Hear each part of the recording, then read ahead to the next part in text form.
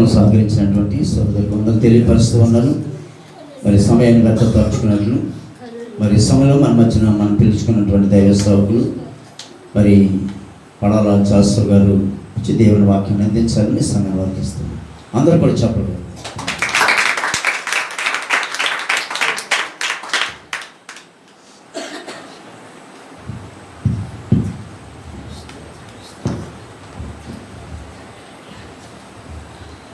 మత్తయి శుభవార్త 6వ అధ్యాయం. మత్తయి శుభవార్త 6వ అధ్యాయము 9 నుండి కొన్ని వచనాలు వాక్య ధ్యానం కొరకు మనం చదువుదాం. అందరూ కూడా బైబిల్ తెరవాలి, తెరిచిపెట్టి మత్తయి శుభవార్త 6వ అధ్యాయము 9వ వచనం నుండి వాక్యం చదువుతున్నారు. ప్రతి వారు కూడా గమనించాలని నేను మనవి చేస్తున్నాను. మందులు బైబిల్ ఉన్న వారందరూ కూడా తెలిసి మత్తయి శుభవార్త 6వ అధ్యాయం 9వ వచనం. కాబట్టి మీరు నాకు ప్రార్థన చేయుడి, పరలోకమందున్న మా తండ్రి, నీ నామము పరిశుద్ధపరచబడును గాక, నీ రాజ్యము వచ్చును గాక, నీ చిత్తము పరలోకమందు నెరవేరుచున్నట్లు భూమి యందును నెరవేరును గాక. మా అనుదినాహారము నేడు మాకు దయచేయుము, మా రుణస్థులను మేము క్షమించిన ప్రకారము మా రుణములు క్షమించుము, మమ్మల్ని శోధనలోనికి తేక దుష్టుని నుండి మమ్మల్ని తప్పించుము. మనుష్యుల అపరాధములను మీరు క్షమించిన యెడల మీ పరలోకపు తండ్రియు మీ అపరాధములను క్షమించును. మీరు మనుష్యుల అపరాధములను క్షమింపకపోయిన యెడల మీ తండ్రియు మీ అపరాధములను క్షమింపడు. మీరు ఉపవాసము చేయనప్పుడు చదవబడిన లేఖన భాగము వాక్య ధ్యాన నిమిత్తమే దేవుడు మన వెనుకడిలో భద్రము చేయనుగాక. మన ప్రభువును ప్రియ రక్షకుడును ప్రాణప్రియుడైనటువంటి యేసుక్రీస్తు వారి శుభప్రదస్తమైనటువంటి నామం పేరిట ప్రత్యేకంగా ఈ దినము ఈ స్థలానికి నేను ఆహ్వానించినటువంటి మరి దేవుని సేవకులు తిమోతి అయ్య గారు వారికి వందనాలు నేను తెలియజేస్తున్నాను. అలాగే అమ్మగారు రేపుకమ్మ గారికి వందనాలు నేను తెలియజేస్తున్నాను. అలాగే లలితమ్మ గారు నేను వందనాలు తెలియజేస్తున్నాను. రాజేష్ వందనాలు నేను తెలియజేస్తున్నాను. I think so you are my Bible scholar. చాలా సంతోషం. ఈ రీతిగా మరి మొదటి దినము ఉపవాస ప్రార్థన కూడికలో చేరి మీతో పాటు కలిసి ప్రభుని స్తుతించడానికి ఇచ్చిన భాగ్యాన్ని బట్టి ప్రభుని స్తుతిస్తూ మరి చేరి కూడా వచ్చినటువంటి యావత్ సంఘానికి కూడా నిండు ప్రేమ వందనాలు నేను తెలియజేస్తున్నాను. చేతులు ఉన్నవారు లేకపోతే చేతులు తెచ్చిన వారు అందరూ కూడా జోడించి వందనాలండి అందరికీ. కొంతమంది చేతులు పైకి లేవట్లేదు, వందనాలు చెప్తారా?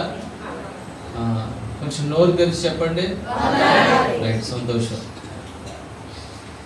మనిషిని నా గురించి నేను పెద్దగా పరిచయం ఏం చేసుకోను, కానీ దేవుని సేవకులు తెలియపరిచినటువంటి రీతిగా నా పేరు జాషువా పడాల, మాది నగరం గ్రామం, మొల్లేటి వారి మెరగ ప్రాంతం.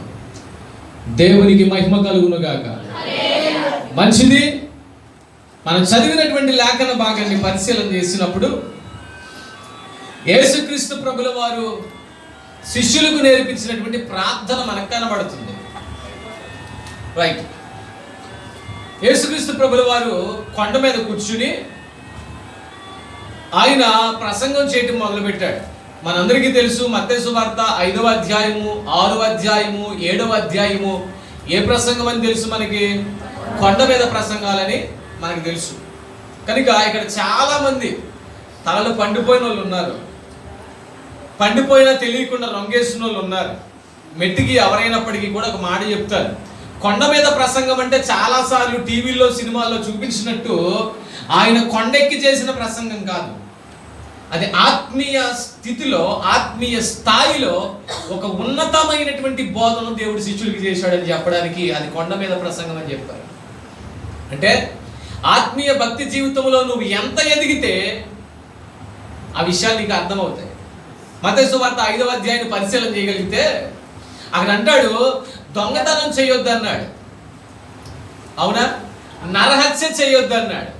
ఏ విషయాల గురించి ప్రభువు మాట్లాడుతూ వచ్చారంటే పాత నిబంధనలో మోషే ధర్మశాస్త్రాన్ని మాట్లాడుతూ వచ్చారు. కానీ నరహత్య చేయొద్దు అని చెప్పి అక్కడ ఒక విషయం చెప్పాడు. ఏమనంటే నీ ఎదుటి వారిని, నీ తోటి వారిని నువ్వు వ్యర్థుడా అన్నా, నువ్వు కించపరిచి మాట్లాడినా, ఒకవేళ కనుక నువ్వు దోషణ చేసినా నరహత్య చేసినట్టే అన్నాడు. అది నేను అంటాను, భక్తిలో తారాస్థాయే తప్ప అది ఆలు నేర్చుకునేటువంటి స్థితి కాదు. చాలా సులభంగా మనం మాట్లాడుతూ ఉంటాం, నువ్వెందుకు పనికిరావురా బాబు అని. చాలా సులభంగా అలా మాట్లాడితేనే నరహత్య చేసినట్టు. స్తోత్రం చెప్పరే మరి. నువ్వెందుకు పనికిరావు చాలా సులభంగా అంటావు, అంటే నువ్వేం చేస్తున్నావు? నరహత్య చేస్తావు. తర్వాత మాట్లాడుతూ అంటే నువ్వు వ్యభిచరించొద్దు అన్నాడు. వ్యభిచరించడం అంటే చాలా సందర్భాల్లో మనకు తెలిసినంత వరకు స్త్రీ పురుషులు వివాహానికి ముందు, వివాహ తర్వాత, వివాహేతర సంబంధాలు, ఇది మనం అనుకుంటాం వ్యభిచారం అని. కానీ యేసుక్రీస్తు ప్రభుల వారు కొండ మీద ఏమని చెప్పాడంటే, ఒక స్త్రీని లేదా ఒక పురుషుణ్ణి నువ్వు మోహపు చూపుతో చూసినా అది వ్యభిచారం అన్నాడు. అది ఆత్మీయ భక్తి జీవితంలో, విశ్వాస జీవితంలో తారాస్థాయే తప్ప ప్రారంభము కాదు, మధ్యస్థితి కాదు. కనుక దాన్ని ఏమని చెప్పారంటే కొండ మీద ప్రసంగం అన్నారు. బెట్టికి మన మూలం అది కాదు కనుక 6వ అధ్యాయానికి వస్తే యేసుక్రీస్తు ప్రభుల వారు 6వ అధ్యాయం మొత్తం చాలా వరకు కూడా ప్రార్థన గురించి మాట్లాడాడు. దేనికోసం? చెప్పాలి, అందరూ చెప్పాలి, పిల్లలు కూడా చెప్పండి. దేనికోసం మాట్లాడాడు? ప్రార్థన కోసమే మాట్లాడాడు. మీరు ఇంచుమించుగా 5వ వచనం నుంచి మొదలు పెడితే 18వ వచనం వరకు కేవలం యేసుక్రీస్తు ప్రభుల వారు శిష్యులతో ప్రార్థన గురించే మాట్లాడుతూ వచ్చాడు. ఈ సందర్భానికి నేను ఇలా అంటాను, ఇది ఉపవాస ఉజ్జీవ కూడికలు, ప్రార్థనలు. ఇది మొదటి రోజు కనుక నేను కేవలం ప్రారంభం ఏం చేయాలా? వెలిగించి వదిలేయాలి. కాబట్టి నేను వెలిగించి మాత్రమే వదిలిపెడతాను. వచ్చిన వాళ్ళు నూనె పోస్తూ ఉంటేనే అది వండుతుంది. ఆమెనని చెప్పరా?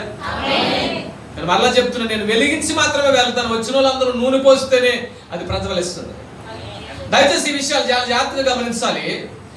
మనం 5వ వచనం నుంచి 18వ వచనం వరకు ఉన్న వాక్య భాగాన్ని ఈ రాత్రి వాక్యాన్ని మనం ధ్యానం చేసే ప్రయత్నం చేద్దాం. అయ్యగారు నాకు మైక్ చేతికి ఇచ్చేటప్పుడు ఎంతసేపు చెప్పాలో చెప్పలేదు. నేను ఉపవాస ప్రార్థనలకు వెళ్తాను, కృతజ్ఞత గుడికి వెళ్తాను, సభలకు వెళ్తాను, ఓపెన్ ఏరియా మీటింగ్స్కి వెళ్తాను. ఎక్కడికి వెళ్ళినా ఖచ్చితంగా గంట మాట్లాడటం అలవాటు. మా చర్చలో గంట మాట్లాడతాను నేను ప్రసంగం. బయటికి ఎక్కడికన్నా వెళ్తే గంటన్నర చెప్పడం అలవాటు. మరి మీరు ఎంతసేపు చెప్పాలో చెప్పలేదు కాబట్టి నేను ఒకసారి ఆగి ఆడవలసిందే. ఎంతైనా వాళ్ళదా? దేవుడికి స్తోత్రం చెప్పండి. ఒక గంట సేపు చెప్పమన్నారు మీ పాస్టర్ గారు. రైట్, మైక్ ఇచ్చేటప్పుడు ఖచ్చితంగా చెప్పేయాలి. ఎంత పెద్ద సేవకుడైనా సరే, ఎంత లావు ఉన్నా సరే ఖచ్చితంగా సమయం చెప్పాలి. ఆ సమయానికి నేను ముగించాలి. ఒక మాట చెప్తాను మీకు. నేను లాస్ట్ ఇయర్ డిసెంబర్ 27వ తారీఖుని క్రిస్మస్ చేశాను. కాకినాడ నుంచి బిషప్ పుదుక్కూడి నటరాజన్ లాగరసి గారికి వాక్యం చెప్పడానికి పిలిచాం. నేను ఆయన్ని 7 గంటలకు రండి, అయ్యగారు 7 గంటలకు వాక్యం ఇస్తాను, 8 గంటలలాగా చెప్పండి అన్నాను. ఆయన 7:30కి వచ్చాడు. రావటమే, టీ ఇవ్వలే, నీళ్ళు ఇవ్వలే, ఏమి ఇవ్వలే, స్టేజ్ ఎక్కించేసి మైక్ చేతులు పెట్టాను. ఎంతసేపు చెప్పమన్నాను వాక్యం? ఆయన్ని గంట. అనుకున్న లెక్క ప్రకారం గంట సేపు ఆయన వాక్యం చెప్పాలి. 8:30 అయిపోయింది, వాక్యం ముగించట్లేదు. ఏం చేయాలి చెప్పండి తిమోతి గారు? ఆయన బిషప్, చాలా పెద్ద సేవకుడు, ప్రపంచ దేశాల్లోనే వాడబడుతున్న సేవకుడు. ఏం చేయాలా? తిమోతి గారు మాట్లాడరే, ఏం చేయాలా? నేను వెళ్ళి నుంచున్నాను పక్కన. జేమ్స్, నేను వెళ్ళి పక్కన నుంచున్నా. నాకు మా తమ్ముడు వచ్చిండు నాతో పాటు. ఆయన సేవకుడే, తాటిపాక మఠంలో సేవ చేస్తున్నారు మా బ్రదరు. పక్కన నుంచున్నాను వెళ్ళి. ఆయన వెంటనే అన్నాడు, పాస్టర్ గారు లెక్క వచ్చారంటే అర్థం ఏంటంటే కొమ్ము ముగించాడు. మారు మాట్లాడలే, మైక్ తీసుకున్నాను, ప్రార్థన చేసాం, అందరూ కలుపుకున్నాను కానీ దిగి వెళ్ళిపోయాను స్టేజ్. వెనకాల పంపించాను, token of love food box ఒకటి ఇచ్చి భోజనం చేయాలన్నాడు. ఆయన కానుకి ఇచ్చి నేను వెళ్ళే కలవడానికి పాస్టర్ గారు పంపించామని చెప్పాను. మా వస్తుంది అంతే. అందుకే సమయం చెప్పాలి. కనుక నాకు ఇచ్చిన సమయం గంట, కనుక గంటలో కొన్ని నిమిషాలు మీతో మాట్లాడే ప్రయత్నం చేస్తాను. దేవుడికి స్తోత్రం కలుగును. ప్రియమైన దేవుని వాళ్ళరా, ఈ రాత్రి పరిశుద్ధాత్మ దేవుని యొక్క అమూల్యమైనటువంటి సహాయము ద్వారా ఈ వాక్యాన్ని మనం ధ్యానం చేసే ప్రయత్నం చేద్దాం. ఆమెనని చెప్పరే? అడిగినప్పుడల్లా ఆమెనని, స్తోత్రం అని కాస్త దగ్గరగా చెప్తే చాలా ఉజ్జీవంగా ముందుకు వెళ్ళిపోతారు. ఎందుకంటే చిన్నప్పటి నుంచి మాది పెంతుకొస్తూ పునాది విత్తనం, పునాది కూడా కాదు, మాది పెంతుకొస్తూ విత్తనమే. నేను మా ఇంట్లో 3వ జనరేషన్ అండి, 3వ తరం వాడిని సేవలో. 3వ తరం వాడిని అంటే మా తాతయ్య గారు, మా నాన్నమ్మ గారు సేవకులు, మా నాన్నగారు, మా అమ్మగారు సేవకులు. ఇప్పుడు నేను, నా భార్య సేవకులు. నా తర్వాత తరం గురించి ప్రభు నేను అడుగుతూ ఉన్నాను. ప్రభు చిత్తం అది, వెతికేదమైనా మా కోసం మీరు ప్రార్థన చేయండి. నాకు పెళ్ళయింది, ఒక భార్య ఉంది, 2 పిల్లలు ఉన్నారు. స్తోత్రం చెప్పరా? నవ్వుకుంటున్నారు. టెక్నాలజీ ఎంత మారినా ఇప్పుడు వచ్చే ఫోనుల్లో డ్యూయల్ సిమ్ ఉంది, 3 సిమ్ ఉంది. ఏ సిమ్ అయినా ఉండనివ్వండి, నాది ఓన్లీ 1 సిమ్, 1 వైఫ్. నాది అదే టెక్నాలజీ. నేను జనరేషన్తో పాటు కలిసి వెళ్తాను, కానీ జనరేషన్తో పాటు నేను ఉండకూడదు కూడా భక్తుల మీద. రైట్, మంచిది. వేగంగా వాక్యాన్ని ధ్యానం చేద్దాం. ఒక రోజున ఓ పాస్టర్ గారికి ఫోన్ చేసిందంట. మరి ఇది ఇక్కడ మరి పాస్టర్లు 1 2 ఉన్నారు, మరి ఇంకెవరైనా ఉన్నారు నాకు తెలియదు. కానీ అమ్మ ఇది లైవా లేకపోతే మామూలు రికార్డింగ్ అయినా? ఓన్లీ రికార్డింగ్ అయినా నాకు పంపించి వాళ్ళకి ఎవరికి పెట్టుకో. రైట్, ఒక రోజు నాకు పాస్టర్ గారికి ఫోన్ చేసి పొద్దున్నే, పాస్టర్ గారు ఎప్పుడు దొరుకుతారండి ఫోన్లో మంచిగా మాట్లాడడానికి, కొంచెం టైం స్పెండ్ చేయడం పాస్టర్ గారు ఎప్పుడు దొరుకుతుంది చెప్పాలి, స్పీడ్గా చెప్పండి. పాస్టర్ గారితో మనం మాట్లాడాలి. పాస్టర్ గారికి ఫోన్ చేసి మాట్లాడాలంటే ఏ టైంలో దొరుకుతాడు ఆయన? ఏమంటే మీరు ఎవరు మీ పాస్టర్ గారికి ఫోన్ చేయరండి? 1 నైట్ ఈవినింగ్స్ అంట. ఓకే, తర్వాత తల్లి గారు బాగా చెప్పారు, ఉదయాన్నే దొరుకుతారు పాస్టర్ గారు, తర్వాత దొరకడం. నేనైతే అసలు దొరకను. మీరు ఇప్పుడు కూడా ఫోన్ చేయండి, ఇప్పుడు కూడా నేను దొరకను. నా ఫోన్ ఇంట్లో ఉంది, నేను దొరకను అసలు ఎప్పుడు ఎవరికి. మొత్తం మీద తిమోతి గారిని ఏదో రకంగా బలవంతం చేస్తూ మొత్తం మీద ఏం చేసిందో తెలియదు కానీ రెబెక్కమ్మ నన్ను పట్టుకున్నారు. ఈరోజు పొద్దున్నే ఫోన్ చేసిందంట పాస్టర్ గారికి ఫోన్ చేసి అంటుందంట, అయ్యగారు నాకు చచ్చిపోవాలని ఉందండి అని అన్నదంట. అదేంటమ్మా పొద్దున్నే లేచి ఇలాగ మాట్లాడుతున్నావు, ఏమైంది ఏంటని అడిగితే, రాత్రి అంత గొడవ కాదండి ఇంట్లో. పాస్టర్ గారు హళ్ళికి పోయి ఏమైందో ఏంటో అని చెప్పేసి చాలా ఆతృతగా ఉదయాన్నే ఫోను, పైగానేమో ఈవిడేమో శుభం పలకట్లేదు, అశుభం పలుకుతుందని చెప్పి ఏమైందమ్మా అని అడిగితే, రాత్రి కుటుంబ ప్రార్థన అయిపోయింది, భోజనం అయిపోయింది, పిల్లలందరూ పడుకున్నారు. పాస్టర్ గారు హాల్లోకి వెళ్ళి ప్రార్థన మొదలెట్టాడంట. జాగ్రత్తగా వినాలి. పాస్టర్ గారు హాల్లోకి వెళ్ళి ప్రార్థన మొదలెట్టాడు. ప్రార్థన ఎంతసేపు చేశాడంటే ఆల్ నైట్ ప్రేయర్ చేశాడంట. ఆల్ నైట్ ప్రేయర్ అంటే రాత్రి మొదలెడితే ప్రార్థన తెల్లారిపోయేదాకా చేస్తానున్నాడు. మానట్లేదు అసలు. ఒకటే అంశం, ఒకటే ప్రార్థన, మానట్లేదు. పాస్టర్ గారు అన్నారు, అమ్మ అంత అలా ప్రార్థన చేసే భర్త దొరకడం అంటే చాలా అదృష్టం కదా, దాంట్లో బాధ ఏముందని అడిగితే, అయ్యగారు మా పాస్టర్ గారు చేసినటువంటి ప్రార్థన అంశం ఏంటో తెలుసా మీకు అని అడిగింది. ఈ రోజున మీరు ఉపవాస ప్రార్థన గుడికలు పెట్టుకున్నారు. ఈ రోజు నుంచి వరుసగా 3 రోజులు దేవుడి సన్నిధిలో ఉంటారు. నేను అడుగుతున్నాను, మీ ప్రార్థనకు అంశం ఉందా? ఈరోజు మీ ప్రార్థన ఎందుకు మీరు ఉపవాసం ఉండాలనుకుంటున్నారో, ఎందుకు మీరు దేవుని సన్నిధానంలో చేరాలనుకుంటున్నారో, ఎందుకు సంఘముగా చేరి ప్రార్థించాలనుకుంటున్నారో, మీ దగ్గర ఏదైనా ప్రార్థన అవసరతలు ఉన్నాయా? ఒకవేళ లేకపోతే ఇది మీకు ప్రోత్సాహమే. ఆ పాస్టర్ చెప్తుందంట, అయ్యా ప్రార్థనాంశం ఏంటో తెలుసు అని అడిగితే, ఏంటి అమ్మ ప్రార్థనాంశం ఏంటంటే, రాత్రంతా పాస్టర్ కోసమే ప్రార్థన చేస్తున్నాడంట. రాత్రంతా ఎవరి కోసం చేస్తున్నాడు? పాస్టర్ కోసమే ప్రార్థన చేస్తున్నాడు. నేను అడుగుతానమ్మా, పాస్టర్ గారి కోసమో లేదా నీ భర్త కోసమో నీ భార్య కోసమో ప్రార్థించడానికి రాత్రంతా కావాలా? బోరు నేడుస్తూ, అయ్యగారు నాకు చనిపోదామనిపిస్తుందండి, వేరే మార్గం నాకేం కనపట్లేదండి. పాస్టర్ గారికి చెప్పకనే అర్థమైంది. ఎందుకు తెలుసా? ఆయన చాలా అనుభవజ్ఞుడైనటువంటి సేవకుడు. చెప్పకనే అర్థమైంది ఏమనంటే, పాస్టరమ్మ గారి గురించి ఆయన చేసే ప్రార్థన ఇంత అంత కాదు, ఆ రాత్రి ఆయన పెట్టుకున్నటువంటి బైబిల్ స్టాండ్ కూడా ఇరిగిపోయిందంట. పెట్టుకున్న బైబిల్ స్టాండ్ ఇరిగిపోయింది. ఈ పరిస్థితిని చూసినటువంటి పాస్టరమ్మ చాలా దుఃఖంతో పాస్టర్ గారికి ఫోన్ చేసి, నాకు వేరే దారి ఏం కనపట్లేదు అయ్యారు, నేను చనిపోదాం అనుకుంటున్నాను. ఈ రాత్రి ఉన్నారా ఎవరైనా మన మధ్యన అలాంటి వారు? ప్రియమైన దేవుని సంఘం, ఒకసారి ఆలోచన చేయండి. నేను అంటాను, ఎంతో కాలం నుంచి చాలా పెద్ద సేవకుడు అండి, ఆయన పేరు చెప్తే బాగోదు కనుక తర్వాత కూడా అడగండి, చెప్పను. ఇంకా చాలా పెద్ద సేవకుడు ఆయన, ప్రార్థన చేసిన ఆయన, పాస్టర్ కోసం ప్రార్థన చేసిన చాలా పెద్ద సేవకుడు. పేరు చెప్పకూడదు కనుక చెప్పను.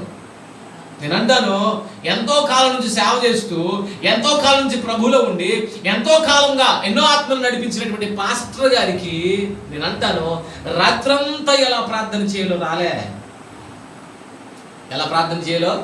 రాలే.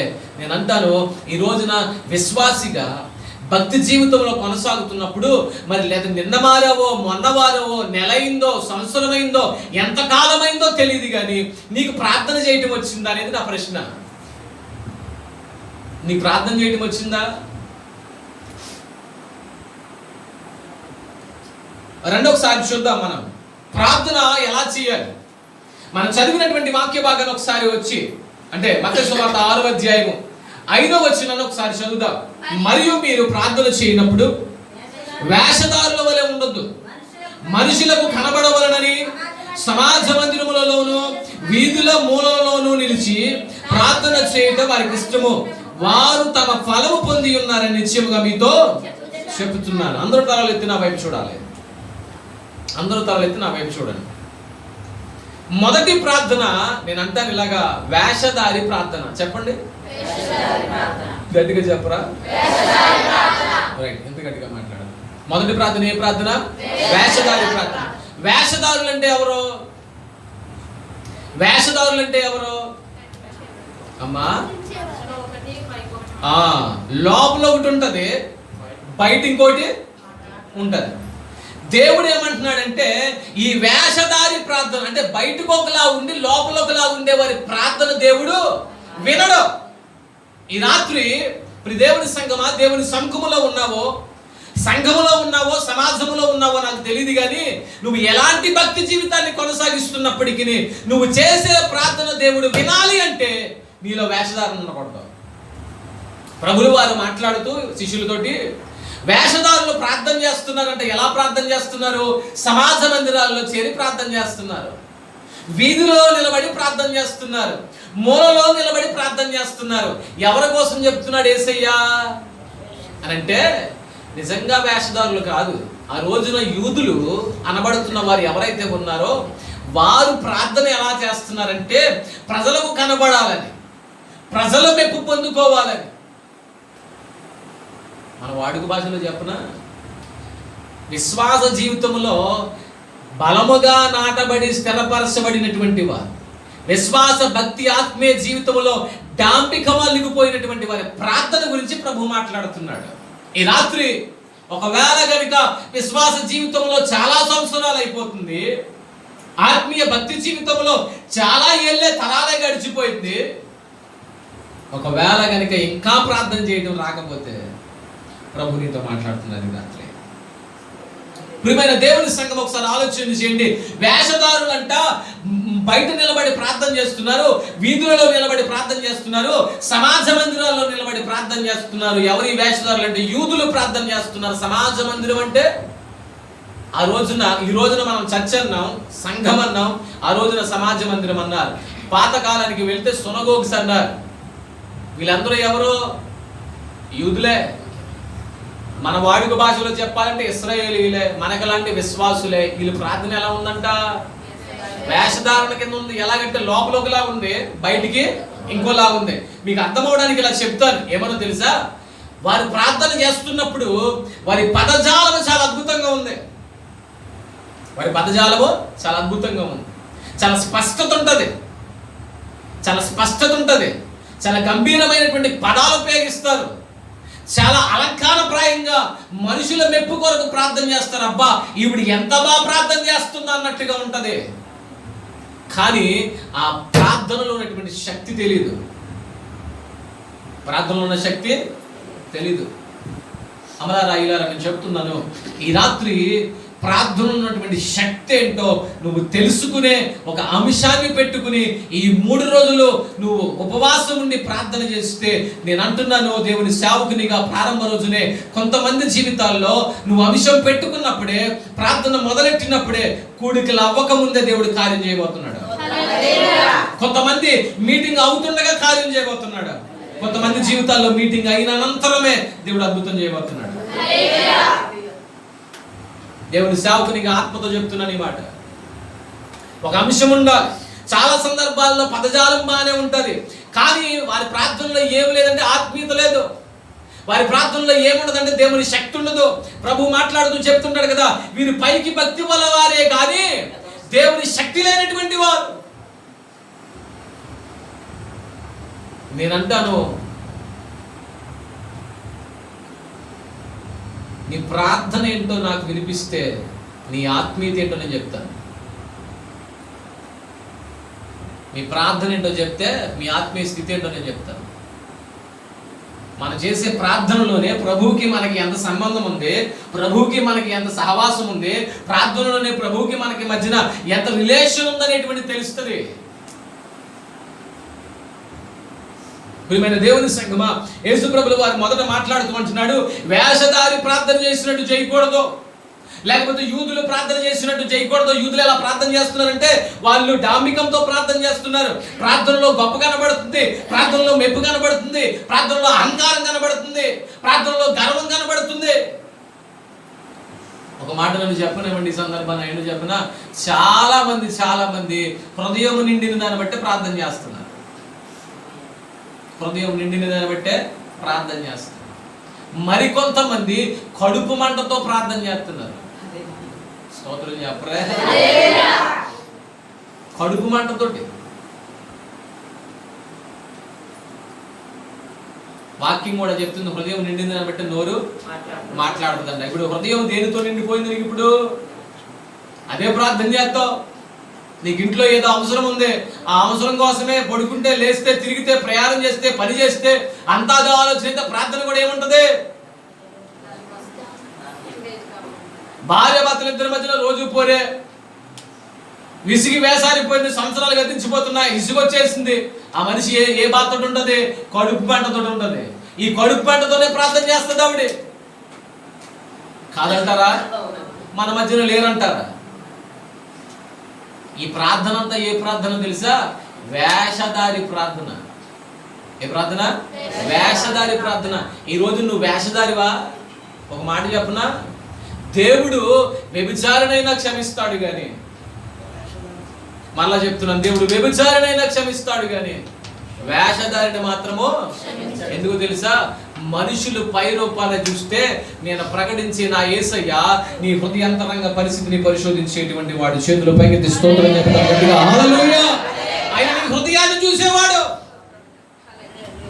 ఈ రోజున హృదయం నిండిన దాన్ని బట్టితో ప్రార్థన చేస్తున్నావు, కడుపు మంటతో ప్రార్థన చేస్తున్నావు, ప్రజలకు కనబడాలని వేషధారణ ప్రార్థన చేస్తున్నావు, లేకపోతే నా భక్తి జీవితము, నా ఆత్మీయ జీవితము, లేకపోతే నా విశ్వాస జీవిత పోరాటము, అబ్బో అంత కాదు ఇంత కాదని చెప్పి నీ ప్రార్థనలో గొప్పలు పోతున్నావేమో. ఈ రాత్రి ప్రభు నీతో మాట్లాడుతున్నాడు. రెండొకసారి చూద్దాం. లూకా సువార్త 18వ అధ్యాయం. లూకా సువార్త 18వ అధ్యాయము 14వ వచనం. 18:14. అతనికంటే ఇతడు నీతిమంతుడిగా తీర్చబడి మా ముందు వచనం చదువు కొంచెం.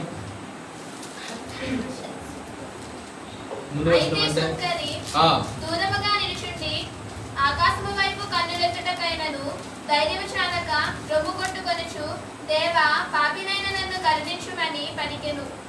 అతనికంటే ఇతడు నీతిమంతుడిగా తీర్చబడి తన ఇంటికి వెళ్ళనని మీతో చెప్పుచున్నాను. తను తాను హెచ్చించుకున్నవాడు తగ్గింపబడిననియు, తను తాను తగ్గించుకున్నవాడు హెచ్చింపబడిననియు చెప్పాను. ఇక్కడ చూద్దాం ఒకసారి. యేసుక్రీస్తు ప్రభుల వారు ఒక ఉపమానాన్ని చెప్తూ ఉన్నాడు శిష్యులతోనే. మరొక సందర్భంలో ఏమనంటున్నాడంటే, ఇద్దరు వ్యక్తులు చూపించాడు. ఎవరా వ్యక్తులు అంటే, ఒకరు పరిసయ్యుడు, ఒకరు సుంకరి. ఈ పరిసయ్యుడు ఎలా ప్రార్థన చేస్తున్నాడంటే, తానే నీతిమంతుడు అన్నట్టుగా. ఎలాగా? తానే నీతిమంతుడు అన్నట్టుగా మందిరానికి వెళ్ళాడంట, దేవుని ముందు నిలబడ్డాడంట. ఆయన అంటున్నాడు, ఇదిగో నేను వారానికి 2 సార్లు ఉపవాసం ఉంటున్నాను, 3 సార్లు ఉపవాసం ఉంటున్నాను, నాకు కలిగినటువంటి దాంట్లో నుంచి 10వ భాగం దశంభాగం ఇస్తున్నాను.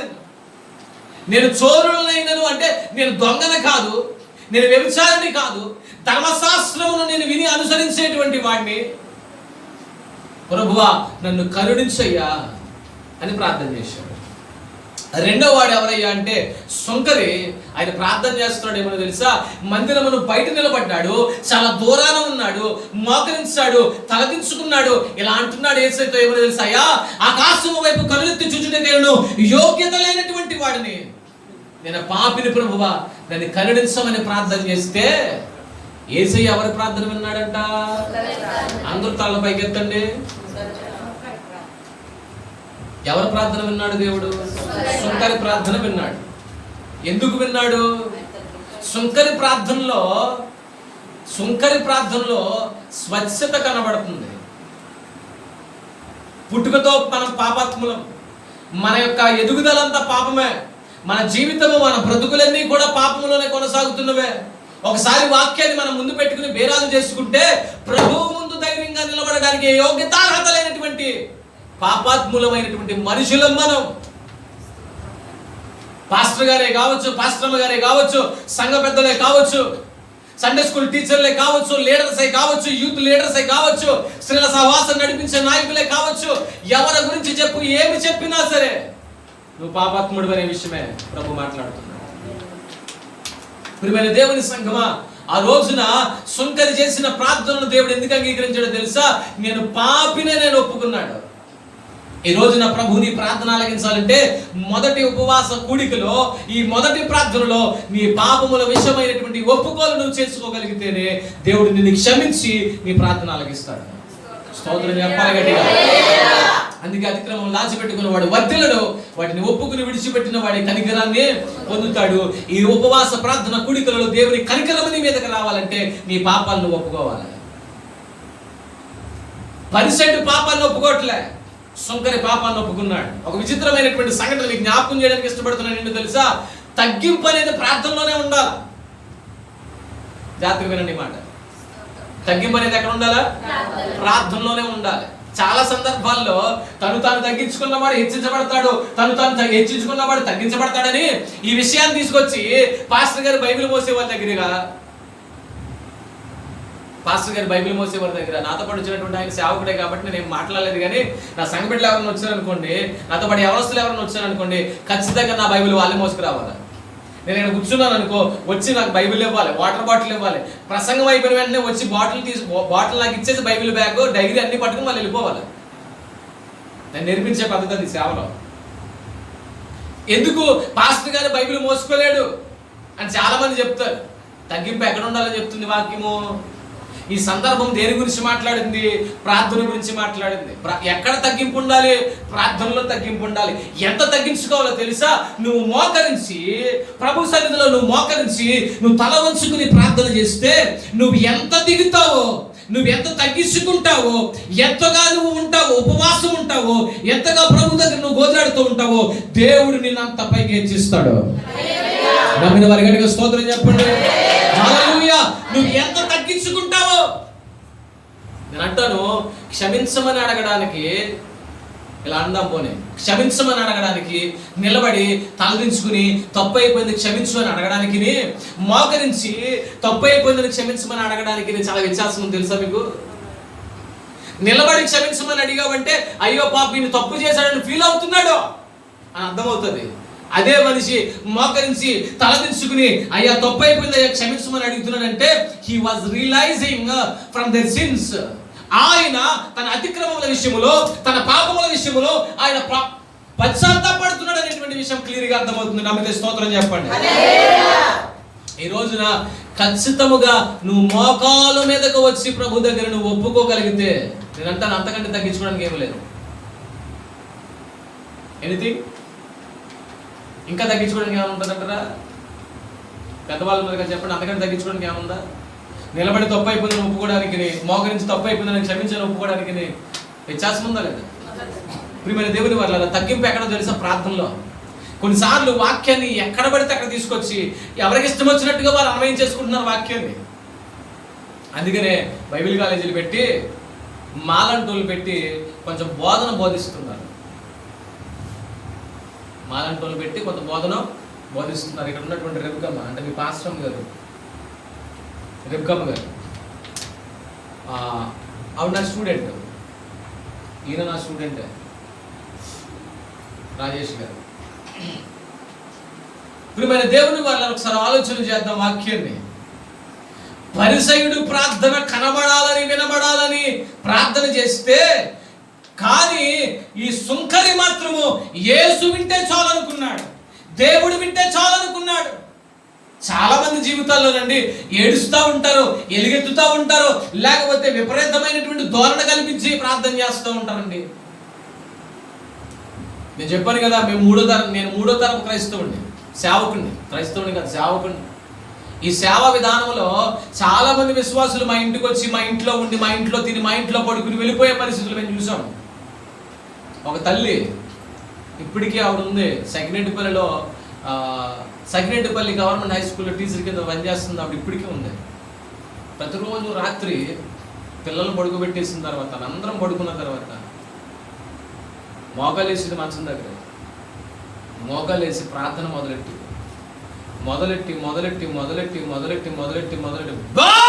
మధ్యలో లెగిసి ఏమైంది అంటే, పడుకోరా నాన్న, ఆంటీ ప్రార్థన చేసుకుంటుంది అని ఇది అమ్మా.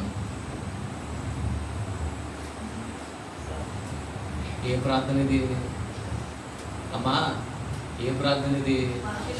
వేషధారి ప్రార్థన. నీ భక్తి తినాలని, నీ పిల్లలు వినాలని, నీ భక్తి ఏంటో చూపించుకోవాలని నువ్వు చేసే ప్రతి ప్రార్థన వేషధారి ప్రార్థన. అయ్యా అయ్యా అయ్యా మరి నా భర్త ఎలా మారుతాడు, నా పిల్లోడు ఎలా మారుతారు, నా ఇరుగు పొరుగు వారు ఎలా మారుతారంటే నువ్వు చేసే ప్రార్థన ద్వారా కాదు, నీ జీవిత విధానం ద్వారా ఒక వ్యక్తిని మార్చుకోవచ్చు. ఆమేనని చెప్పరే. ప్రియమైన దేవుని సంగమం, ఆలోచన చేయండి ఒకసారి. 6వ వచనం చదువుతాం ముందుకి. మత్తయి సువార్త 6వ అధ్యాయము 6వ వచనము. మరి ఎలా ప్రార్థన చేయాలంటే, నువ్వు ప్రార్థన చేయనప్పుడు గదిలోనికి వెళ్ళి తలుపు వేసుకుని రహస్యమందు నీ తండ్రికి ప్రార్థన చేయము. అప్పుడు రహస్యమందు చూచుచు నీ తండ్రి నీకు ప్రతిఫలం ఇచ్చును. స్తోత్రం చేయాలి. అందరూ తలల పైకెత్తి మాటలు జాగ్రత్తగా వినాలి. మొదటిగా మనం నేర్చుకోవాల్సిన విషయం ఏంటంటే, మనకి వ్యక్తిగత ప్రార్థన జీవితం అలవాటు ఉండాలి. ప్రభువుతో వ్యక్తిగతంగా గడిపే అనుభవం ఉండాలి. నేను ఇలా అంటాను, ఈ మొదటి పాయింట్ ఏంటంటే వ్యక్తిగత ప్రార్థన అనండి. అంటే నీకంటూ వ్యక్తిగతముగా నువ్వు ఒక్కదానివే ఒక స్థలములో ఒక సమయానికి దేవునికి ప్రార్థన చేసే అలవాటు ఉండాలి. ఆమేనండి. ఏ అనుభవం ఉండాలి? వ్యక్తిగత ప్రార్థన అనుభవం. వేషధారిగా ప్రార్థన చేయకూడదు. మరి ఎలా ప్రార్థన చేయాలంటే వ్యక్తిగతంగా ప్రార్థన చేయాలి. వ్యక్తిగత ప్రార్థన అనుభవం ఉన్నవాడికి, వ్యక్తిగత ప్రార్థన అనుభవం ఉన్న ఆవిడికి ప్రభుతో ఎలా మాట్లాడాలో తెలుస్తుంది. ప్రభుతో ఎలా మాట్లాడాలో తెలుస్తుంది. నేను అడుగుతున్నాను, ఈ రోజున ఎంతమంది ఉన్నారు కదా, పిల్లలు ఉన్నారు, పెద్దోళ్ళు ఉన్నారు, మీలో ఎంతమందికి వ్యక్తిగత ప్రార్థన అలవాటు ఉంది? రోజులో ఎంత సమయం, రోజులో పలానా టయానికి పలానా స్థలానికి నేను ప్రార్థన చేసుకుని నేను వెళ్ళిపోతానండి. ఎంతమంది ఉన్నారు? యేసుక్రీస్తు ప్రభుల వారు రోజు రాత్రి సేవ అయిపోయిన తర్వాత ఆయన కొండ మీదకి వెళ్ళిపోయి ఏం చేసేవాడు తెలుసా? దేవునికి ప్రార్థన చేస్తానే ఉంటాడు. ఏమండి, ఆయన ఎందుకు ప్రార్థన చేయాలి చెప్పండి? ఎందుకు చేయాలా? శక్తి తక్కువని చేయాలా? దేవుడి కాడని చేయాలా? ఎందుకు ప్రార్థన చేయాలి? ఆయన మన మాది నుంచి వెళ్ళాడు. ఏమన్నా తెలుసా? దేవునితో వ్యక్తిగత ప్రార్థన అనుభవం మనకు ఉండాలి. ఈ రోజున అడిగితే చేతులు చాలా తక్కువ మంది ఎత్తారు. ఎత్తలేదంటే మీరు చేయట్లేదని కాదు. నేను అంటున్నాను, వ్యక్తిగతంగా అంటే నీవు గదిలోనికి వెళ్ళి ఎవరో లేకుండా నువ్వు ఒక్కదానివే గదిలో ఉండి, ఆ గదిలో నీవును ప్రభువును తప్ప, బైబిల్ తప్ప మరొకటి లేకుండా కొంచెం సమయము గడిపేటువంటి ఆత్మీయ భక్తి జీవితము, ప్రార్థన అనుభవం నీకు ఉందా ఈరోజు? లేకపోతే నువ్వు చెప్పుకునే సంవత్సరాల తరబడి, నువ్వు చెప్పుకునేటువంటి తరాల తరబడి నువ్వు చేసే భక్తంతా వ్యర్థమని తెలియజేస్తున్నావు దేవుని సేవకుడికి ఈరోజు. మొదటి ప్రార్థన ఏ ప్రార్థన చెప్పండి? వ్యక్తిగత ప్రార్థన అంటే వేషధారణ కంటే వ్యక్తిగత ప్రార్థనే ముఖ్యముగా. చెప్పండి, ఏ ప్రార్థన? వ్యక్తిగత ప్రార్థనలో నువ్వు చెప్పుకునే గొప్ప ఏమైనా ఉందా? ఎందుకు ఎవరు ఉండరుగా అక్కడ? ఎందుకు వేషధారణ తీసి పక్కన పెట్టారంటే, వేషధారులు ఎక్కడ ఉంటారు? జనాల్లోనే ఉంటారు. వ్యక్తిగతంగా ప్రార్థించుకునే వాడికి చెప్పుకునే గొప్ప ఏముంది? నీ డబ్బా నువ్వేం కొట్టుకుంటావు? కొట్టుకోగలవమ్మా? కొట్టుకుంటావా? ఎంతసేపు కొడతావు చెప్పు. నేను అంటాను, యాకోబులా తెల్లార్లు కొట్టావు, చేతుల్లాగా ఊరుకోవు. జనాల్లో ఉంటేనే కదా ఈ పరిస్థితి అంతా. అదే వ్యక్తిగతంగా ప్రార్థన చేయటం మొదలు పెట్టావు అనుకో, డబ్బాతో పనిలే, అసలు మ్యాటర్లోకి వచ్చేస్తావు. యాకోబులాగా పెనుగులాడే అనుభవానికి వచ్చేస్తావు. దేవుని ముఖ దర్శనము చూసే అనుభవంలోకి వచ్చేస్తావు. నిశ్చయముగా ఏది ఏమైనా పర్లేదు కానీ ఈ రాత్రి దేవుడు నన్ను ఆశీర్వదిస్తేనే కానీ నేను వెళ్ళనని వచ్చేస్తావు. ప్రియమైన దేవుని వాళ్ళరా, మొదటి ప్రార్థన ఏ ప్రార్థన తెలుసా? యేసయ్య మత్తయి సువార్త 6వ అధ్యాయంలో నేర్పిస్తున్న ప్రార్థన తెలుసా? ఒకటి వ్యక్తిగత ప్రార్థన. అనండి రండి ఒకసారి. అది మత్తయి సువార్త 6వ అధ్యాయం 9వ వచనం 10వ వచనం. కాబట్టి మీరే నాకు ప్రార్థన చేయుడి. పరలోకమందున్న మా తండ్రి, నీ నామము పరిశుద్ధపరచబడు గాక, నీ రాజ్యము వచ్చు గాక, నీ చిత్తము పరలోకమందు నెరవేర్చినట్లు భూమి యందును నెరవేరును గాక. చాలమ్మా, అందరూ సర్కారుల పైకి ఎత్తాలి. రెండో విషయం చెప్తాను. రెండో విషయం, ఎంతమందికి ఈ మాట కంఠస్థం వచ్చు? ఎంతమందికి మాట కంఠస్థం వచ్చు? పరలోకమందున్న మా తండ్రి, మీ నామము పరిశుద్ధపరచబడును గాక. ఎవరు బైబిల్ చూడొద్దు, దయచేసి ఎవరు బైబిల్ చూడొద్దు. తలను పైకెత్తి, గుమ్మములారా మీ తలను పైకెత్తుకోండి, మీ రాజు వచ్చాడు. ఆమేన్. ఎక్కడ ఇద్దరు ముగ్గురు కుడి ఏకీభవిస్తే వారి మధ్య నేను ఉంటానని చెప్పాడు. ఆయన రాజు, రాజులకు రాజు. కనుక అందరూ తలలో పైకెత్తి మాట చెప్పగలరా? పరలోకమందున్న మా తండ్రి,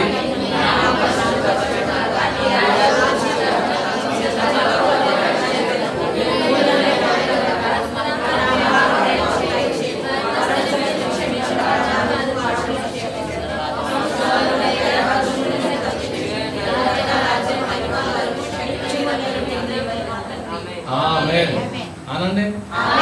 మంచిది. ప్రియమైన దేవుని వాళ్ళరా, ప్రియమైన దేవుని వాళ్ళ ఒకసారి ఆలోచన చేద్దాం. యేసుక్రీస్తు ప్రభుల వారు ఈ ప్రార్థన శిష్యులకు ఎందుకు నేర్పించాడు? ఎందుకు నేర్పించాడు? ఎగ్జాక్ట్ గా యేసయ్య ఎందుకు ఈ ప్రార్థన శిష్యులకు నేర్పించాడు? అదే విషయం నేను రాత్రి చెప్తాను. ఈ ప్రార్థన యేసుక్రీస్తు ప్రభుల వారు ఎందుకు శిష్యులకు నేర్పించాడంటే, అయ్యా నేను వెళ్ళిపోయిన తర్వాత, లేకపోతే శిష్యుల కాలం కూడా అయిపోయిన తర్వాత, అంటే అపోస్తుల కాలం అయిపోయిన తర్వాత, ప్రవక్తల కాలం అయిపోయిన తర్వాత, సేవకులుగా పెద్దలుగా ఎవరైతే ఉంటారో వాళ్ళందరూ చెయ్యమని కాదు, కంఠస్థం చేసి చెప్పమని కాదు. ఈ రోజున చాలా సందర్భాల్లో, చాలా సంఘాల్లో జరిగేది ఏంటంటే, గంభీరమైన ఆరాధనలన్నీ జరిగిపోతాయి. ఆశీర్వాదం అయిపోయిన తర్వాత, ఆశీర్వాదం కంటే ముందు, ముగింపు ప్రార్థన అయిపోయిన తర్వాత ఆశీర్వాదం కంటే ముందు నిలబడిన విశ్వాసులందరూ ఇదే చెప్తారు. మీకు అలవాటు ఉందా? స్తోత్రం. నిలబడిన వాళ్ళందరూ 100 ఉంటే 100, 200, 300, 500, 1000, 5000 మంది అందరూ కూడా ఇదే మాట చెప్తారు. ఏమని తెలుసా? ఇదే ప్రార్థన. సండే స్కూల్ పిల్లలకి కంఠస్థం చేయించి మరి చెప్తారు. వాళ్ళ సండే స్కూల్లో అదే ఉంటుంది ఆఖరిలో, వారి యూత్ మీటింగ్లో అదే ఉంటుంది ఆఖరిలో, వారి యొక్క సభలలో ఆరాధనలో అదే ఉంటుంది ఆఖరిలో. అది లేకపోతే కానీ ప్రార్థన ముగించరు. ఓసారి నేను ఓ మందిరానికి వెళ్తే సేవకులు ఒక ఆవుని పిలిచి ప్రార్థన చేయమన్నారు. ప్రార్థన చేయమంటే ఆవిడ వచ్చి మైక్ తీసుకుని కళ్ళు మూసుకుందాం, అందరూ ప్రార్థన చేసుకుందామని. పరలోకమందున్న మా తండ్రి, నీ నామం పరిశుద్ధపరచబడును గాక, నీ రాజ్యం వచ్చును గాక అంటే నేను కొలతలు చూశాను. వాక్యం చెప్పడానికి ఏమో నలుగురు సరిగ్గా నిలబెట్టారండి. నా ప్రశ్న అది. మధ్యలో కొలు తెలిసింది ఎందుకంటే, నా ప్రశ్న ఏంటంటే, వాక్యం చెప్పడానికి నన్ను పిలిచి ఆవిడ నిలబెట్టారంటని. ఆవిడ ఏం ఎత్తుకుంది రాజు సార్? వాక్యం ఎత్తుకుందిగా, ప్రార్థన కాదు అది, వాక్యం. ఇక్కడ మనం గమనించవలసినటువంటి విషయం ఏంటంటే, యేసుక్రీస్తు ప్రభుల వారు శిష్యులకి ఏ ప్రార్థన నేర్పిస్తున్నాడంటే సంఘ ప్రార్థన నేర్పిస్తున్నాడు. ఆనందిలాగా ఏ ప్రార్థన? మొదటి ప్రార్థన ఏంటి? వ్యక్తిగత ప్రార్థన అనాలి. ఏ ప్రార్థన అనగారా? వ్యక్తిగత ప్రార్థన. రెండవది సంఘ ప్రార్థన అనండి. ఇక్కడ మన కనబడేటువంటి ప్రార్థన అంటే చాలా సందర్భాల్లో మన భక్తులైనటువంటి వారు ఏమని చెప్పారంటే అది పరలోక ప్రార్థన అన్నారు. ఏ ప్రార్థన? పరలోక ప్రార్థన అన్నారు. అంటే పాపం ఈ పండిట్ గారు లేకపోతే ఈ థియాలజీ పరలోకానికి వెళ్ళి ప్రార్థనని వచ్చి పేరెట్టినట్టున్నాడు. అంతేనమ్మా? పరలోకానికి వెళ్ళి ప్రార్థనని వచ్చి పేరెట్టాడు ఆయన. పరలోక ప్రార్థన అంటారు దీన్ని. నేను అంటాను ఇది పరలోక ప్రార్థన కాదు, సంఘ ప్రార్థన. సంఘం అంటే ఖచ్చితంగా సండే స్కూల్ పిల్లలు, యూత్ వారు, స్త్రీల సమాజం, సంఘము యావత్తు కూడా ప్రభువు సన్నిధిలో చేయవలసినటువంటి ప్రార్థన. ఏ ప్రార్థన? పరలోకమందున్న మా తండ్రిని కాదు, నిశ్చయముగా సంఘమంతయు కలిసి ఒక ప్రార్థనాంశమును బట్టి ఎత్తుబట్టి సుదీర్ఘమైనటువంటి సమయాన్ని ప్రభు సన్నిధిలో గడిపి ఒక ప్రార్థనాంశానికి తగిన జవాబును పొందుకోవడానికి దేవుని వెలుగును, దేవుని దూతను, దేవుని చిత్తాన్ని, దేవుని రాజ్యాన్ని, దేవుని నామాన్ని భూమి మీదకి దింపే ప్రార్థన. It's not an ordinary prayer. It must be bring the presence of God in our midst. మనం ఎక్కడైతే ఉన్నామో, ఎక్కడైతే మనం కూడుకుని ప్రార్థన చేస్తున్నామో అక్కడ ఖచ్చితంగా దేవుని మన మధ్యకి తీసుకొచ్చే ప్రార్థన అది. నేను అడుగుతున్నాను, వాక్యాన్ని చదివితే లేకపోతే కంఠస్థం చేసుకున్న విషయాన్ని ప్రభు దగ్గర మాట్లాడితే అది దిగిరాడా? వస్తాడా? రాడండి ఆయన. సంఘమంతా కలిసి ఏం చేయాలి మరి? ఇంతకీ అక్కడ రాసిన ప్రార్థన ఏంటంటే, నేను అంటాను సంఘ ప్రార్థన అది ఒక అవుట్లైన్ లాంటిది, అది ఒక ఇండెక్స్ లాంటిది, అది ఒక నమూనా లాంటిది. ఇండెక్స్ ఉంటుంది మనం టెక్స్ట్ బుక్స్ లో, అవుట్లైన్ ఉంటుంది మన నోట్స్ లో. దాన్ని బట్టే లోపల అధ్యాయాలు ఉంటాయా? దాన్ని బట్టి లోపల అధ్యాయాలు ఉంటాయా? వేరేగా ఉంటుందా? చదువుకునే పిల్లలు మాట్లాడరే? నేనంటే పెద్దగా చదువుకోలేదు. ఇప్పుడు టెక్స్ట్ బుక్ లో ఇండెక్స్ ఉంది, దాన్ని బట్టే కదా టెక్స్ట్ బుక్ అంతా ఉంది. ప్రార్థన, ఈ పరలోకపు ప్రార్థన ఏదైతే చెప్పబడిందో ఈ మత్తయి సువార్తలో, అది కేవలం ఇండెక్స్ మాత్రమే. నిశ్చయముగా నువ్వు ప్రార్థన చేసేటప్పుడు ఎలా ప్రార్థన చేయాలంట? యేసు నామములో నువ్వు ప్రార్థన చేయాలి. ఆమేన్ చెప్పండి. నువ్వు యేసు నామములో నువ్వు ఏది అడిగినా నువ్వు పొందుకుంటావని చెప్పాడు. ఎలా ప్రార్థన చేయాలి? యేసు నామములో ప్రార్థన చేయాలి. యేసు నామములో నువ్వు ఏది అడిగినా పొందుకుంటావు. ఏది అడిగినా పొందుకుంటావు. ఏమడగాలి? నీ స్వచ్ఛత అడుగుతావా? కష్టాలు ఉన్నాయి ప్రభువా, బాధలు ఉన్నాయి ప్రభువా, ఈ ఉపవాస దినాల్లో తీరిపోవాలి ప్రభువా. ఓ రోజున మా సంఘంలో ఒక ఆవిడ లేచి నిలబడి, అయ్యగారు నేను సాక్ష్యం చెప్తాను. సరే చెప్పమ్మా ఏంటని అడిగితే, నేను సర్వసాధారణంగా సాక్ష్యానికి ఎక్కువ సమయం కేటాయిస్తున్నాను. ఎందుకంటే మన సంఘాల్లో ఉన్న సాక్ష్యాలన్నీ ఎలాంటి సంఘాలు అంటే మీరు మనుషులు అయి ఉండొచ్చు నాకు తెలియదు, కానీ దేవునామన స్తోత్రాలు కూడా వచ్చిన వందనాలు, పాస్టర్ గారికి వందనాలు, పాస్టర్ గారికి వందనాలు అని చెప్పేసిన తర్వాత ప్రార్థన చేయండి అంటారు. ఏం ప్రార్థన చేయాలంటే, నాకు సాతాను శోధన ఎక్కువైపోయింది, ఇంట్లో ప్రార్థన చేయాలి. కాస్త వివరానికి వెళ్తాను. అలాంటి సాక్ష్యం విన్నా వెంటనే, మరి మీ పాస్టర్ గారు మంచి ఆయన, అందుకే ఇంకా ఆయన నెత్తి మీద అన్ని ఇంటికి మీరు ఉంచారు. నేను కొంచెం వివరంలోకి వెళ్ళిపోతాను. నేను ఒకసారి డైరెక్ట్గా అడిగేహాను రాజేశా. ఏమని అడిగానంటే, అమ్మ అమ్మ అమ్మ ఇంట్లో శోధన ఎక్కువైపోయింది అన్నా కదా, ఏమైంది అన్న. శోధన ఎక్కువైపోయింది కదా, ఏమైందంటే ఇంత ముందాక మా ఆయన బాగానే ఉండేవాడండి, ఇప్పుడు ఏంటో తెలియదండి, తిడుతున్నాడండి, కొడుతున్నాడండి, కేకలేస్తున్నాడండి, ఏం అర్థం కావట్లేదండి. అంటే ఏమన్నా అలవాటు ఉందేమో అంటే, ఏ అలవాటు లేదంట. మరి ఇంతకీ ఏమైనా ప్రార్థన చేయమంటామంటే, ఎలాగైనా సరే నా సమస్య పోవాలంటారు. తలలు పైకెత్తి నా మాట వినాలి. ఏమైనా సరే నా సమస్య పోవాలని. నేను అన్నాను మైక్ తీసుకుని వెంటనే, నీ సమస్య పోవాలని ప్రార్థన చేస్తాను, నీ తాడు దిగిపోద్దని చెప్పా. సమస్య ఎవరు? ఇప్పుడు ఆయన పోవాలని కోరుకుంటావా? అందుకే సాక్ష్యం చెప్పేటప్పుడు కూడా, ప్రార్థనాంశతని కోరేటప్పుడు కూడా చాలా జాగ్రత్తగా అడగాలి కదా. ఎలాగైనా సరే నా సమస్య తీరిపోవాలి, ఎలాగైనా సరే నా సమస్య పోవాలి. ఉన్నారా మన మధ్యన ఎవరైనా అలాంటి వాళ్ళు? పిల్లల కోసం, భర్త కోసం, అత్తగారి కోసం, మనవల కోసం, పాస్టర్ గారి కోసం, పాస్టరమ్మ కోసం సాక్ష్యాలు చెప్పేవారు. పలానా మనిషి అని చెప్తే బాధ కాబట్టి, పలానా విశ్వాసం చెప్తే బాధ కాబట్టి చెప్పకుండా శోధనండి, ఇంటి పక్కన శోధనండి. పాస్టర్ గారికి అంత ఆలోచన వస్తుంది. ఏమో తెలుసా, పక్క పక్కన ఉండేది అందరూ విశ్వాసలే కదా. వాళ్ళు ఆకుమర్తోళ్ళే, వీళ్ళు ఆకుమర్తోళ్ళే, వీళ్ళు ఇద్దరు సంఘానికి వచ్చేవాళ్ళే. మరి వీళ్ళిద్దరికి శోధన ఏంటంటే పక్కింటి వాళ్ళు శోధకుడు. ఇప్పుడు మన దేవుని వాళ్ళ జాగ్రత్తగా ఆలోచన చేయండి. పరలోకపు ప్రార్థన అంటే నిశ్చయముగా దేవుని చిత్తాన్ని భూమి మీదకి తీసుకొచ్చేది. అది ఎలాగో చూద్దాం చూడండి ఒకసారి. అపొస్తలుల కార్యం 12వ అధ్యాయం, త్వరగా చదువుదాం. అపొస్తలుల కార్యము 12వ అధ్యాయం, అపొస్తలుల కార్యములు 12వ అధ్యాయము 7వ వచనం. ఇదిగో ప్రభువు దూత అతని దగ్గర నిలిచెను, అతడుండిన గదిలో వెలుగు ప్రకాశించెను. దూత పేతురు పక్కను తట్టి త్వరగా లెమ్మని చెప్పి అతని లేపగా సంఖ్యలను అతని చేతుల నుండి ఊడిపోయాడు. చాలు. ఇక్కడ సందర్భాన్ని జాగ్రత్తగా ఆలోచన చేద్దాం. పేతురు గారు తీసుకెళ్లి చెరసాలలో వేశారు. చెరసాలలో వేసిన తర్వాత అప్పటికి యాకోబు గారిని బంధించి ఆయన శిరశ్ఛేదనం చేసి చంపేస్తే పేతురు గారికి కూడా అదే పరిస్థితిలో ఉన్నాడు. సాగు బ్రతుకుల మధ్యన విడిపించడానికి లేదు, అవకాశం లేదు, ఎటువంటి పిటిషన్కి అవకాశం లేదు. కానీ ఆ రోజున ఏమొచ్చింది తెలుసా? పస్కా పండుగ వచ్చింది.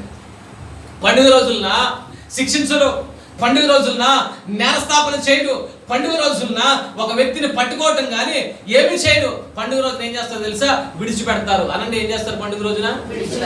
పండుగ రోజున ఏం చేస్తారు? విడిచిపెడతారు. ఆ రోజున ఏ పండుగ? పస్కా పండుగ. మీకు జ్ఞాపకం చేస్తాను చూడండి. యేసుక్రీస్తు ప్రభుల వారు పట్టబడినప్పుడు కూడా పండుగ జరుగుతుంది. అక్కడ యేసుక్రీస్తు ప్రభుల వారిని తీర్పులోకి తీసుకొచ్చినప్పుడు ఆయన మీకు బరబ్బా కావాలా, యేసు కావాలని ఎందుకు అడిగాడు?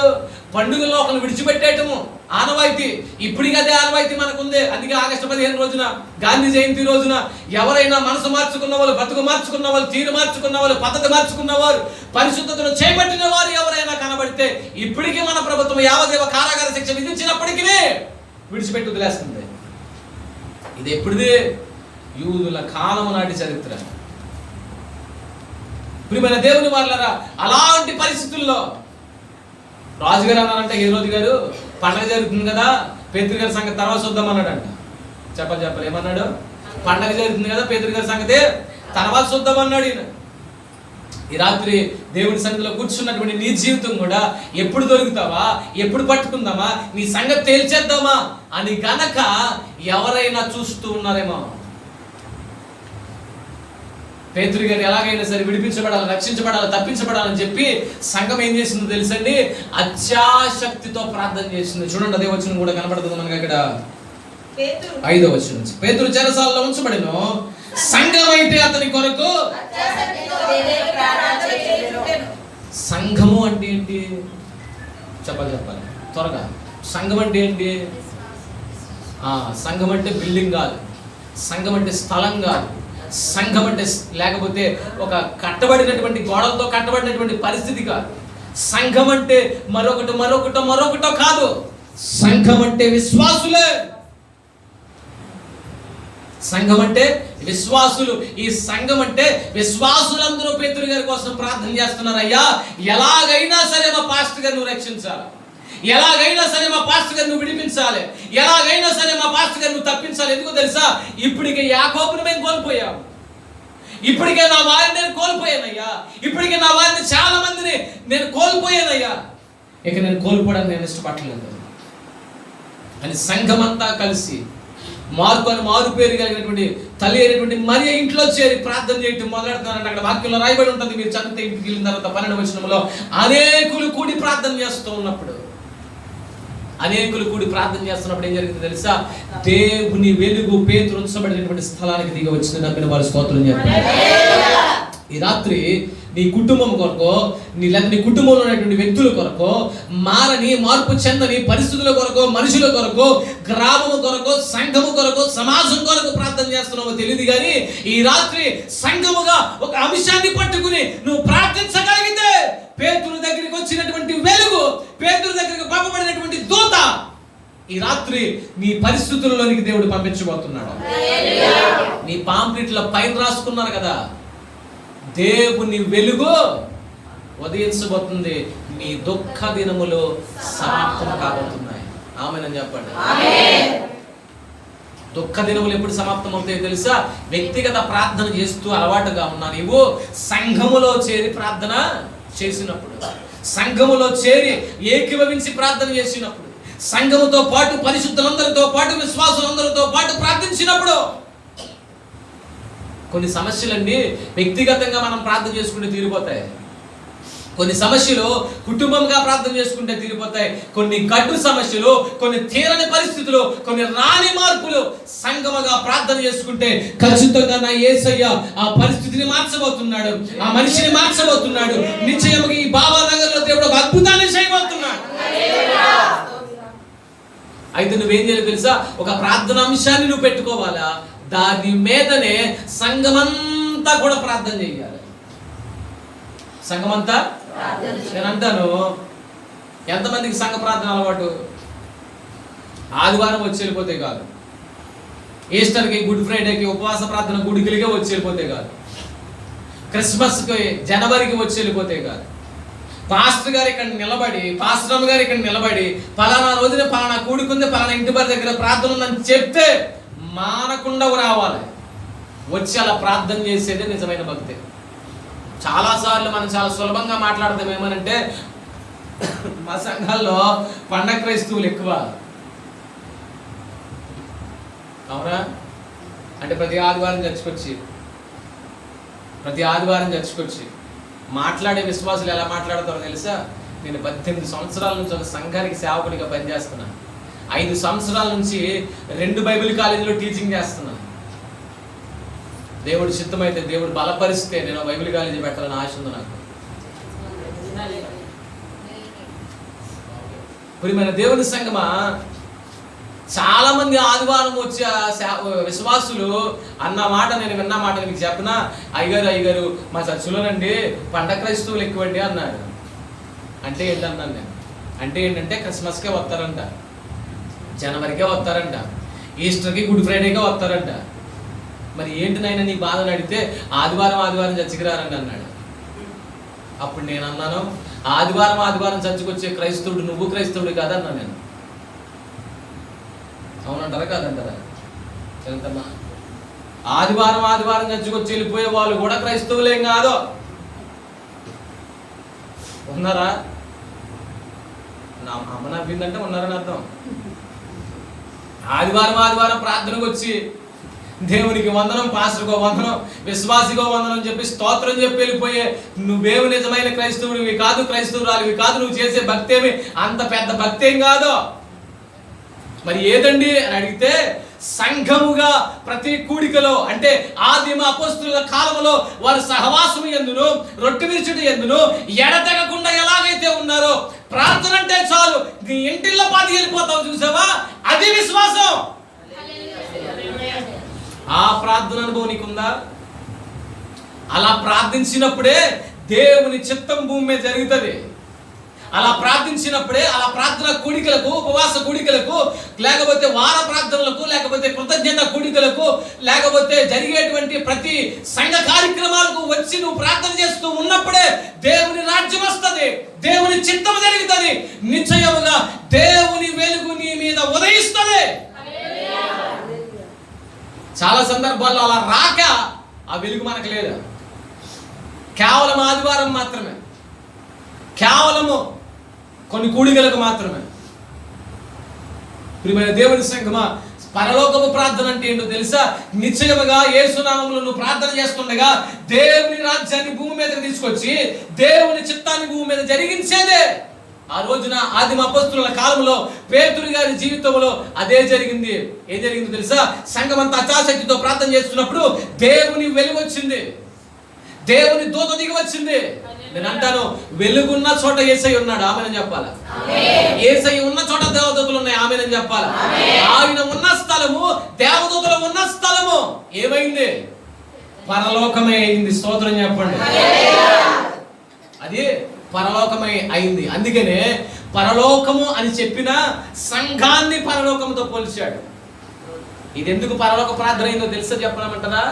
అక్కడ పరలోకములో దూతలందరూ కలిసి దేవుని స్తుతిస్తున్నట్టుగా సంఘములో భూమి మీద సంఘమంతా కలిసి ప్రార్థించటము ఇదొక పరలోకపు అనుభవము. స్తోత్రం చెప్పగలిగా అనుభవానికి నువ్వు రావాలి.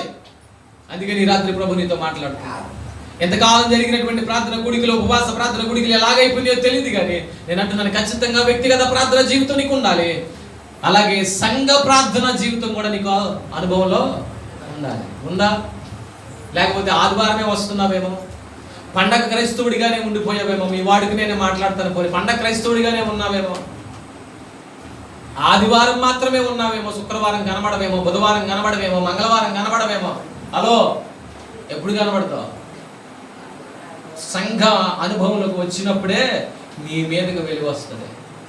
ఆ రోజున పేతురు గారి మీదకి వచ్చినటువంటి వెలుగు ఈ రాత్రి నీ మీదకి, నీ పరిస్థితి మీదకి రావాలి అంటే, నీ కట్లు తెంపబడాలి అంటే నిశ్చయముగా నీవు పరలోకపు ప్రార్థన అనుభవానికి, అనగా భూమి మీద యేసు చెప్పినటువంటి సాదృశ్యమైనటువంటి సంఘ ప్రార్థన అనుభవానికి నువ్వు రావాలి. ఆమేనని చెప్పండి. ఆమేనని చెప్పండి.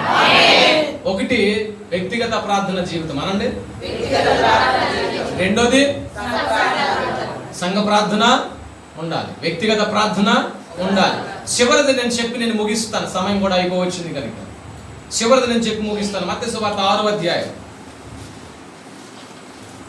17వ వచనం.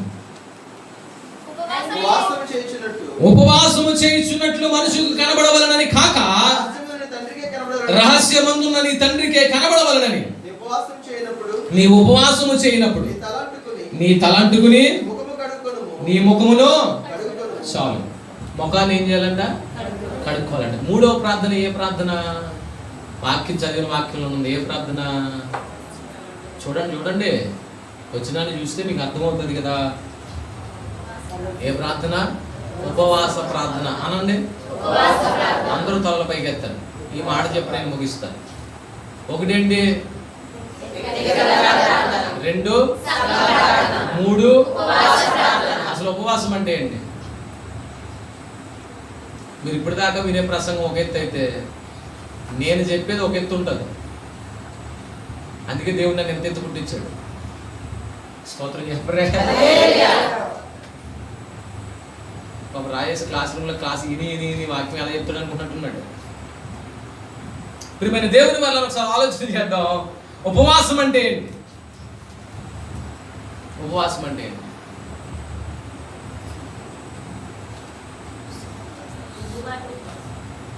దిద్దుబాటే ఉపవాసం అంటారు. ఇంకెవరైనా చెప్తారా ఉపవాసం అంటే ఏంటి? అమ్మా కొంచెం మీరు మాట్లాడితే బాగుంటుందిగా. ఉపవాసం అంటే ఏంటి? వాళ్ళతో ఇంతో గమ్మలు వెళ్తామని చెప్పు. ఉపవాసం అంటే ఏంటి అమ్మా? పొరుగు వారిని ప్రేమించడమే ఉపవాసం అన్నది ఆవిడ. మీరు చెప్పండి.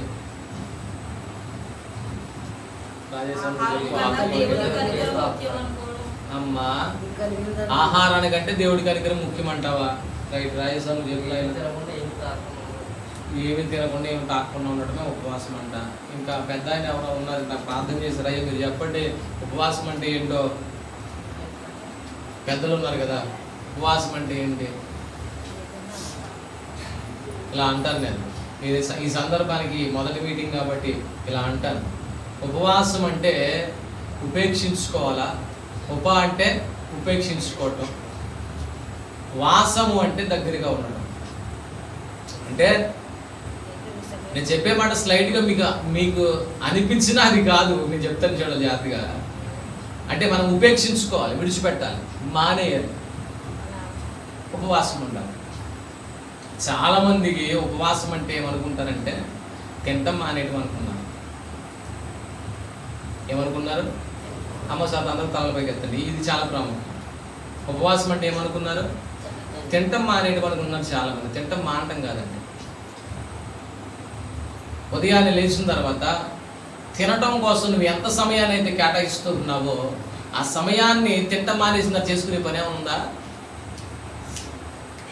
ఇప్పుడు ఉపవాసం అన్నావు, వండుకునే పని ఏమైనా ఉందా? లేనప్పుడు మన సమయాన్ని ఏం చేస్తావు? బైబిల్ చదువుకుంటా, పాటలు పాడుకుంటా, ప్రార్థన చేసుకుంటా ఉండటమేగా. అవునా కదా? నీ ఇంట్లో చిన్నపాటి సంఘాన్ని నువ్వు కట్టేయాలనే కదా దాని అర్థం. ఉపవాసం అని చెప్పావు. భోజనం అయితే మానేసావు, టిఫిన్ అయితే మానేసావు. ఇలా చెప్తాను కొన్ని. టిఫిన్ అయితే మానేసావు, మధ్యాహ్నం 3 గంటలు తినేసాను. ఉపవాసమా? నీకుని బయట వాళ్ళు చేసే ఉపవాసానికి వ్యత్యాసం ఏమైనా ఉందంటావా? కొంతమంది ఉపవాసం అంటే ఎలా చేస్తారంటే ఘన పదార్థాలు మానేస్తారు. ఘన పదార్థాలు మానేయటం అంటే ఆహార పదార్థాలు మానేసి కేవలం పానీయం మాత్రమే తీసుకుంటారు. నీళ్లు, నిమ్మరసం, పాలు.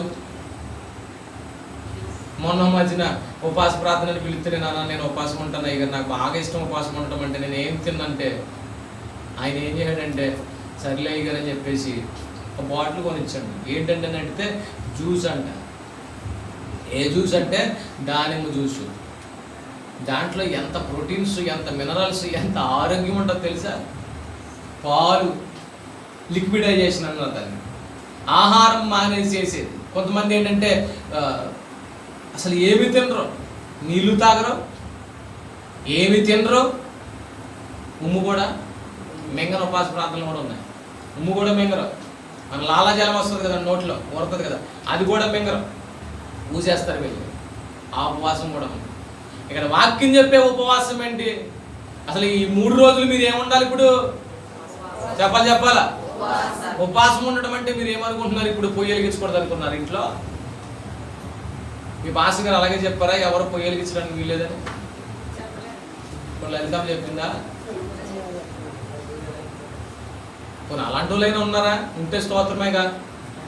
అయ్యా మా పాస్టర్ గారు ఉపవాస ప్రార్థనలు అని చెప్పాడు.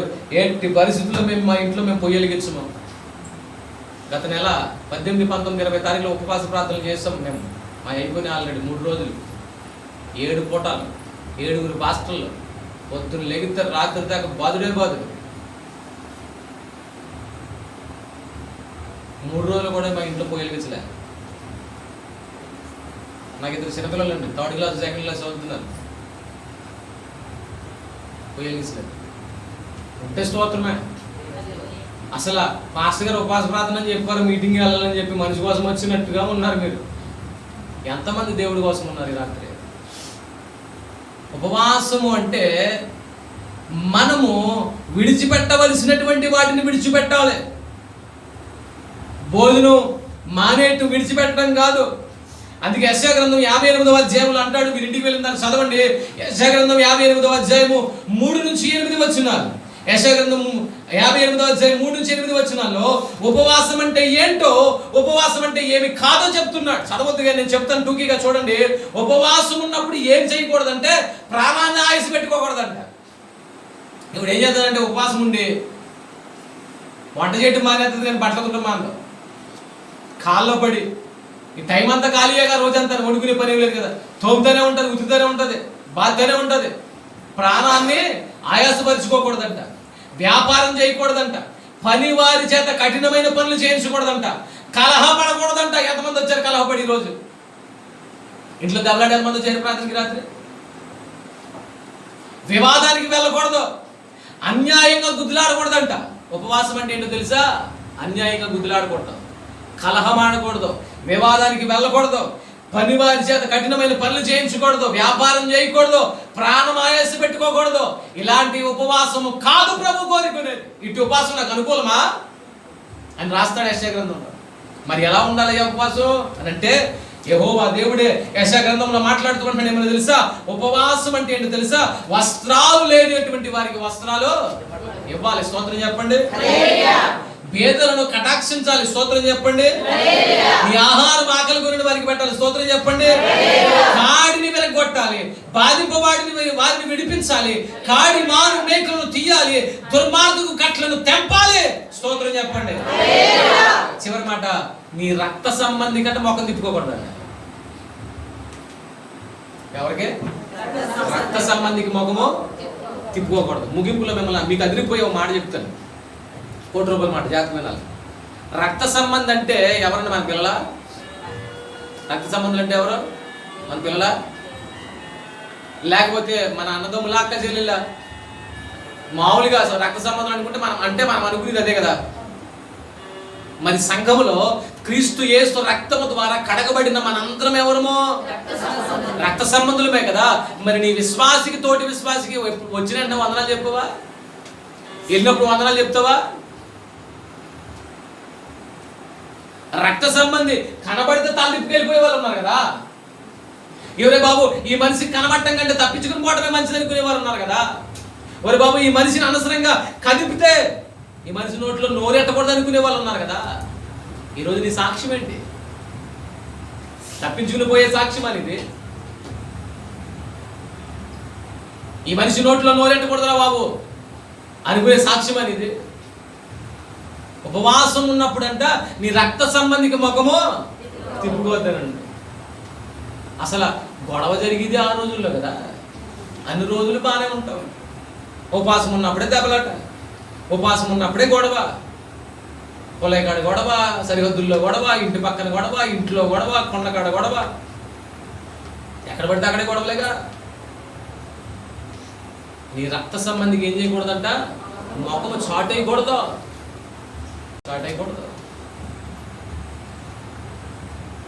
సింపుల్గా ఉంటుంది మాట చెప్పనేమండి నన్ను. ఇప్పుడు మనం ఇన్ని రోజులు మానేసాం కదా, బియ్యం ఉన్నాయి మన ఇంట్లో. మరి మీ ఊరు ఎప్పుడు వస్తారో తెలియదు. మా ఊరైతే ప్రతి మంగళవారం వస్తారు అడుక్కునేవారు. మధ్యాహ్నం దాకా ఒకళ్ళ తర్వాత ఒకరు వస్తూనే ఉంటారు. అలా వస్తున్నప్పుడు ఒక వారం బాగానే ఉంటుంది, 2 వారాలు బాగానే ఉంటుంది. తర్వాత ఇసుగొచ్చేసి ఇంకా ఆవిడికి ఏమంటారు తెలుసా? చేతులు గాలి లేవు,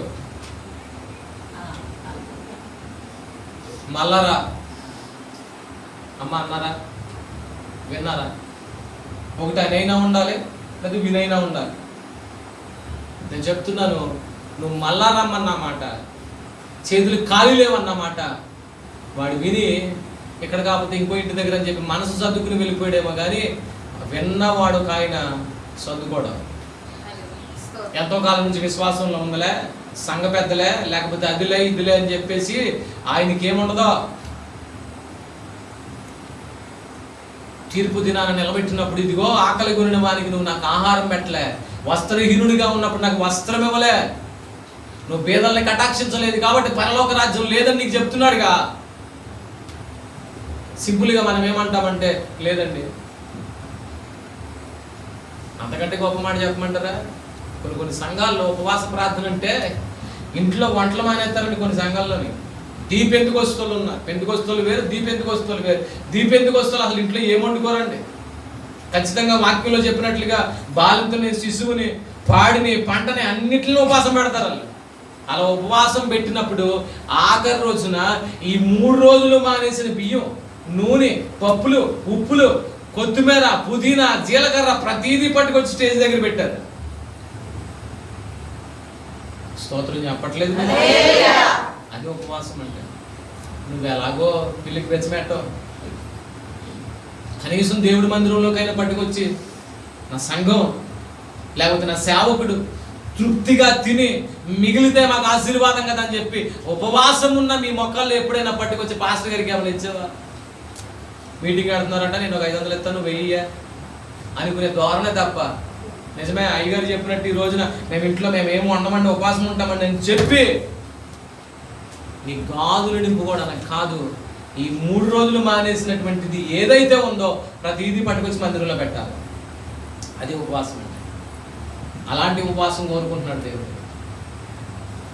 ప్రియమైన దేవుని వాళ్ళరా, మత్తయి సువార్తకు మనం వచ్చేద్దాం ఒకసారి. మత్తయి సువార్తకు వస్తే అక్కడ అంటాడైనా, ఇదిగో మీరు ఉపవాసం ఉన్నప్పుడు ఎవరు కనబడాలని ప్రార్థన చేయాలంట? ఎవరు కనబడాలి?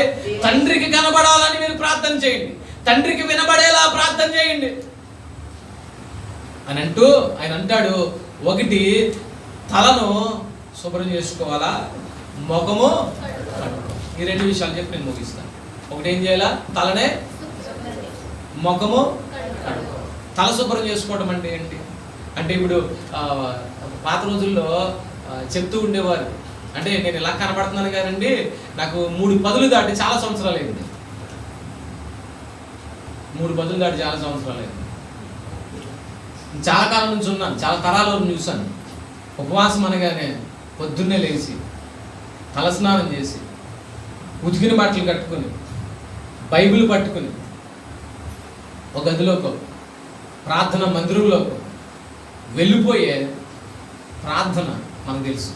ఉపవాసం అనగానే ఎవరు నన్ను డిస్టర్బ్ చేయకండి, ఎవరు నన్ను డిస్టర్బ్ చేయకండి, ఈ రోజంతా నేను ఉపవాసం ఉన్నాను, భార్యకి చెప్తాడు, నేను పిల్లల దగ్గర రానివ్వకో. ఏంటన్నా అంటే, ఈరోజు నేను ఉపవాసం రా, రోజు ఏంటి ఉపవాసం. మరి ఇదంతా ఏంటి సంగతి అంటే, బైబిల్ చదువుకుంటా ప్రార్థన చేసుకుంటా ఉపవాసం అంటే తెలీదా? మా ఆడికోడి చిన్నప్పటి నుంచి ఏం నేర్చుకుంటాడంటే, ఉపవాసం అంటే పొద్దున్నే లేకాలి, తలస్నానం చేయాలి, ఉతికిన బట్టలు కట్టుకోవాలా, బైబిల్ కట్టుకునే కూర్చోవాలా. మా ఆడికి అది అలవాటు అయిందిగా. నేను అంటాను, మామూలు స్నానానికి నండి తల స్నానానికి చాలా వ్యత్యాసం ఉంది. ఓ రిటైర్డ్ పోలీస్ ఆఫీసర్ ఒక ఆయన నేను మాట్లాడుతున్నటువంటి సంభాషణలో చెప్పాడు, ఏమో తెలుసా, నువ్వు మామూలు స్నానం చేసినప్పుడు తల స్నానం చేసినప్పుడు వ్యత్యాసం ఉందిరా అబ్బాయి అన్నాడు. ఏంటంటే అన్న, మామూలు స్నానం చేసినప్పుడు ఇక్కడ నుంచి ఇక్కడ దాకా కడుగుతాం మనం. తల స్నానం చేసినప్పుడు తల శుభ్రం పరుస్తావు, తల మొదలుపెట్టి, తలపైన ఉన్న వెంట్రుకలు మొదలుపెట్టి అరికాలు దాకా ప్రతి అవయవమును శుభ్రపరుచుకుంటాం. అలా శుభ్రపరచుకునే దశలో చాలా మంది చేయవలసినటువంటి పని ఏంటో తెలుసా? చెవులు శుభ్రం చేసుకోవాలి. చెవులు, పిల్లలు వింటున్నారా? చెవులు శుభ్రం చేసుకోవాలి. కొంతమంది చెవుల్లో నల్లగా ఉండి ఇలా హోల్స్ కింద ఉంటాయి, చూసారా? హోల్స్ చెవుల్లో కన్నాల కింద ఉంటాయి, నల్లగా ఉంటాయి. అవి ఎందుకుంటే తెలుసు, శుభ్రం చేసుకోక. కొంతమంది పని ఏంటంటే ఖాళీగా తీరిగా కూర్చుని చెవులో ఊపేస్తుంటారు. ఈ మాట ఇలాగే చెప్పాలి. తల స్నానం చేసినప్పుడు చెవులు ఖచ్చితంగా శుభ్రము, లోపల వరకు శుభ్రం చేసుకోవాలి. ఇయర్ బడ్స్ ఉంటాయి కదా, ఆ ఇయర్ బడ్స్ కేవలం తల స్నానం చేసినప్పుడే ఉపయోగించాలి. ఎందుకంటే చెవులకు నీళ్ళు వెళ్తుంది కదా. శుభ్రం చేసుకుంటున్నప్పుడు లోపల గులుమున్నా కూడా ఇలా తిప్పినప్పుడు ఆ గులుమ దూది కట్టుకున్న తడి మీద వచ్చేస్తుంది, బాగా వినపడుతుంది. ఇది సైన్స్, జాగ్రత్తగా మాట. తర్వాత ముక్కులో పొక్కులు తీసుకోవాలా. చాలా మందికి అలవాటు ఏంటంటే ఇలా పెట్టి ఇలా తిప్పి గోడకు రాస్తారండి. చర్చిలో గోడలకు రాస్తారు, ఎదరు కూర్చున్న బల్లకు రాస్తారు. నేను అనుకున్నాను ఒకసారి, రే తానం చేసి వచ్చావా, తానం చేయకుండా వచ్చావరా? నేను అడుగుతున్నాను, మామూలు స్నానం చేసేటప్పుడు ఇంత శుభ్రం చేస్తావా? ఎప్పుడు చేస్తాము? ఖచ్చితంగా తల స్నానం చేసినప్పుడు పైనుంచి కింద దాకా కనబడేదైనా కనబడదైనా ఖచ్చితంగా మనం శుభ్రమో చేసుకుంటాం. ఉపవాసం ఉన్నప్పుడు కూడా ఈ అతిక్రమముల, దోషముల, పాపములను ఏది కప్పుకోవడానికి వీల్లేదు. అంత ప్రభు దగ్గర విప్పి పెట్టాల్సిందే. అది ఉపవాసం అంటే. అది ఉపవాసం అంటే. కప్పుకోకూడదు, ప్రభు దగ్గర ఒప్పుకోవాలి. తలస్నానం చేయటం అంటే ఏంటి తెలుసా? నీ తలంపులలో, నీ చూపులో, నీ చేతి క్రియలలో. అందుకే పౌలు భక్తుడు రాస్తూ అంటాడు కొరింథీ సంఘముతో, మీరు దేవుని ఆలయమై ఉన్నారు, మీ దేహమే దేవుని ఆలయం అయితే మీ దేహాన్ని దుర్నీతి సాధనాలు ఎందుకు వాడుతున్నారు? దేవుని మహిమ కొరకు వాడవలసిన మన దేహాలని దేవుని నామానికి అవమానపరిచేదిగా మార్చుతున్నటువంటి వేళ ఈ ఉపవాస ప్రార్థన కూడికలు ఏమవ్వాలో తెలుసా? నిశ్చయముగా నిజమైన ఉపవాస ప్రార్థన కూడిక అనగా కడగబడిన అనుభవానికి, ప్రభు దగ్గర పరిచి పెట్టబడిన అనుభవానికి, శుద్ధి చేయబడిన అనుభవానికి నీ వచ్చునుగాక. ఉపవాస ప్రార్థన తలంటుకోవడం అంటే, తలస్నానం చేసి బైబిల్లో చెప్పాడు, నా యేసయ్య చెప్పాడు తలస్నానం చేయడం అంటే, అవును ప్రతిరోజు ఉపవాస ప్రార్థనకు వచ్చేటప్పుడు తలస్నానం చేసే రావాలా? తలస్నానం చేసిన నీవు ఎలాగైతే దేహమును, శరీరమును, ఎలాగైతే ప్రాణాన్ని నువ్వు శుద్ధి చేసుకుంటున్నావో, దేవుని మందిరానికి వచ్చిన తర్వాత వాక్యము ద్వారా, ప్రార్థన ద్వారా ఉదక స్నానము చేయబడాలి. ఆమేన్ చెప్పండి. ఉదక స్నానం చేయబడాలి. అదే నిజమైన ఉపవాసం. మరొక మాట అన్నాడు, ఏం చేయమని తెలుసా? ముఖం కడుక్కోమని చెప్పాడు. అంటే ఇప్పుడు తలస్నానం చేయటం ఒకటి, ముఖం కడుక్కోవడం ఒకటా? తలస్నానం చేయడం కూడా, ముఖం కడుక్కోవడం అంటే ఒకటి. చెప్పండి. కొంతమంది హైబ్రిడ్ పిల్లలు ఉన్నారు. ఇప్పుడు హైబ్రిడ్ పిల్లలు స్నానం చేసి వస్తుంది, మళ్ళా కడుగుతుంది. ఏంటమ్మా అంటే మాయిశ్చరైజర్. తలస్నానం చేసి వస్తుంది, శుభ్రంగా మడి కడుతుంది, కట్టిన తర్వాత ఫేస్ వాష్ చేస్తుంది. అదేంటమ్మా స్నానం చేసి వచ్చావు కదా అంటే స్క్రబ్ అంటుంది. హైబ్రిడ్ పిల్లలు అందరూ. నేను పెట్టాను పేరు హైబ్రిడ్. అంటే మొహం కడుక్కోవడం అంటే వీళ్ళు ఎందుకు ఈ మాయిశ్చరైజింగ్, ఎందుకు ఈ స్క్రబ్స్ అన్ని వాడుతున్నారంటే ఇంకా బ్రైట్గా కనపడాలి. సబ్బు ద్వారా రాంది, లోషన్ ద్వారా ఏదైనా వస్తుందని. అంతే కదమ్మా? తిట్టుకోకుండా చెప్పండి స్తోత్రం. చెప్పరే ఇలా చెప్పాలి, స్తోత్రం చెప్పండి. అంటే ఇంకాస్త మెరుగైనటువంటి కళ ముఖంలో కనబడాలనే కదా. ముఖము కడుక్కోమని చెప్పాడు. మొహం కడుక్కోవడం అంటే ఏంటండి? మొహం కడుక్కోవడం అంటే ఏంటి? బ్రష్ చేయటమా, లేదా నీళ్ళెట్టి కొట్టుకోవటమా? ఇప్పుడు మన దేవుని వల్ల ఒక రోజున సాధు సుందర్ సింగ్ గారు అనేటువంటి సేవకుడు ఒక సభలో వాక్యం చెప్పడానికి వెళ్ళాడంటే, ఉదయం అంతా ప్రయాణం చేసి రాత్రి సమయానికి వెళ్ళి ఆయన కొంచెంసేపు ప్రార్థన చేసుకుని సిద్ధపడిపోయి వాక్యం చెప్పడానికి వెళ్ళిపోయాడు. చాలా పెద్ద సభ అండి, చాలా గొప్ప సేవకుడు.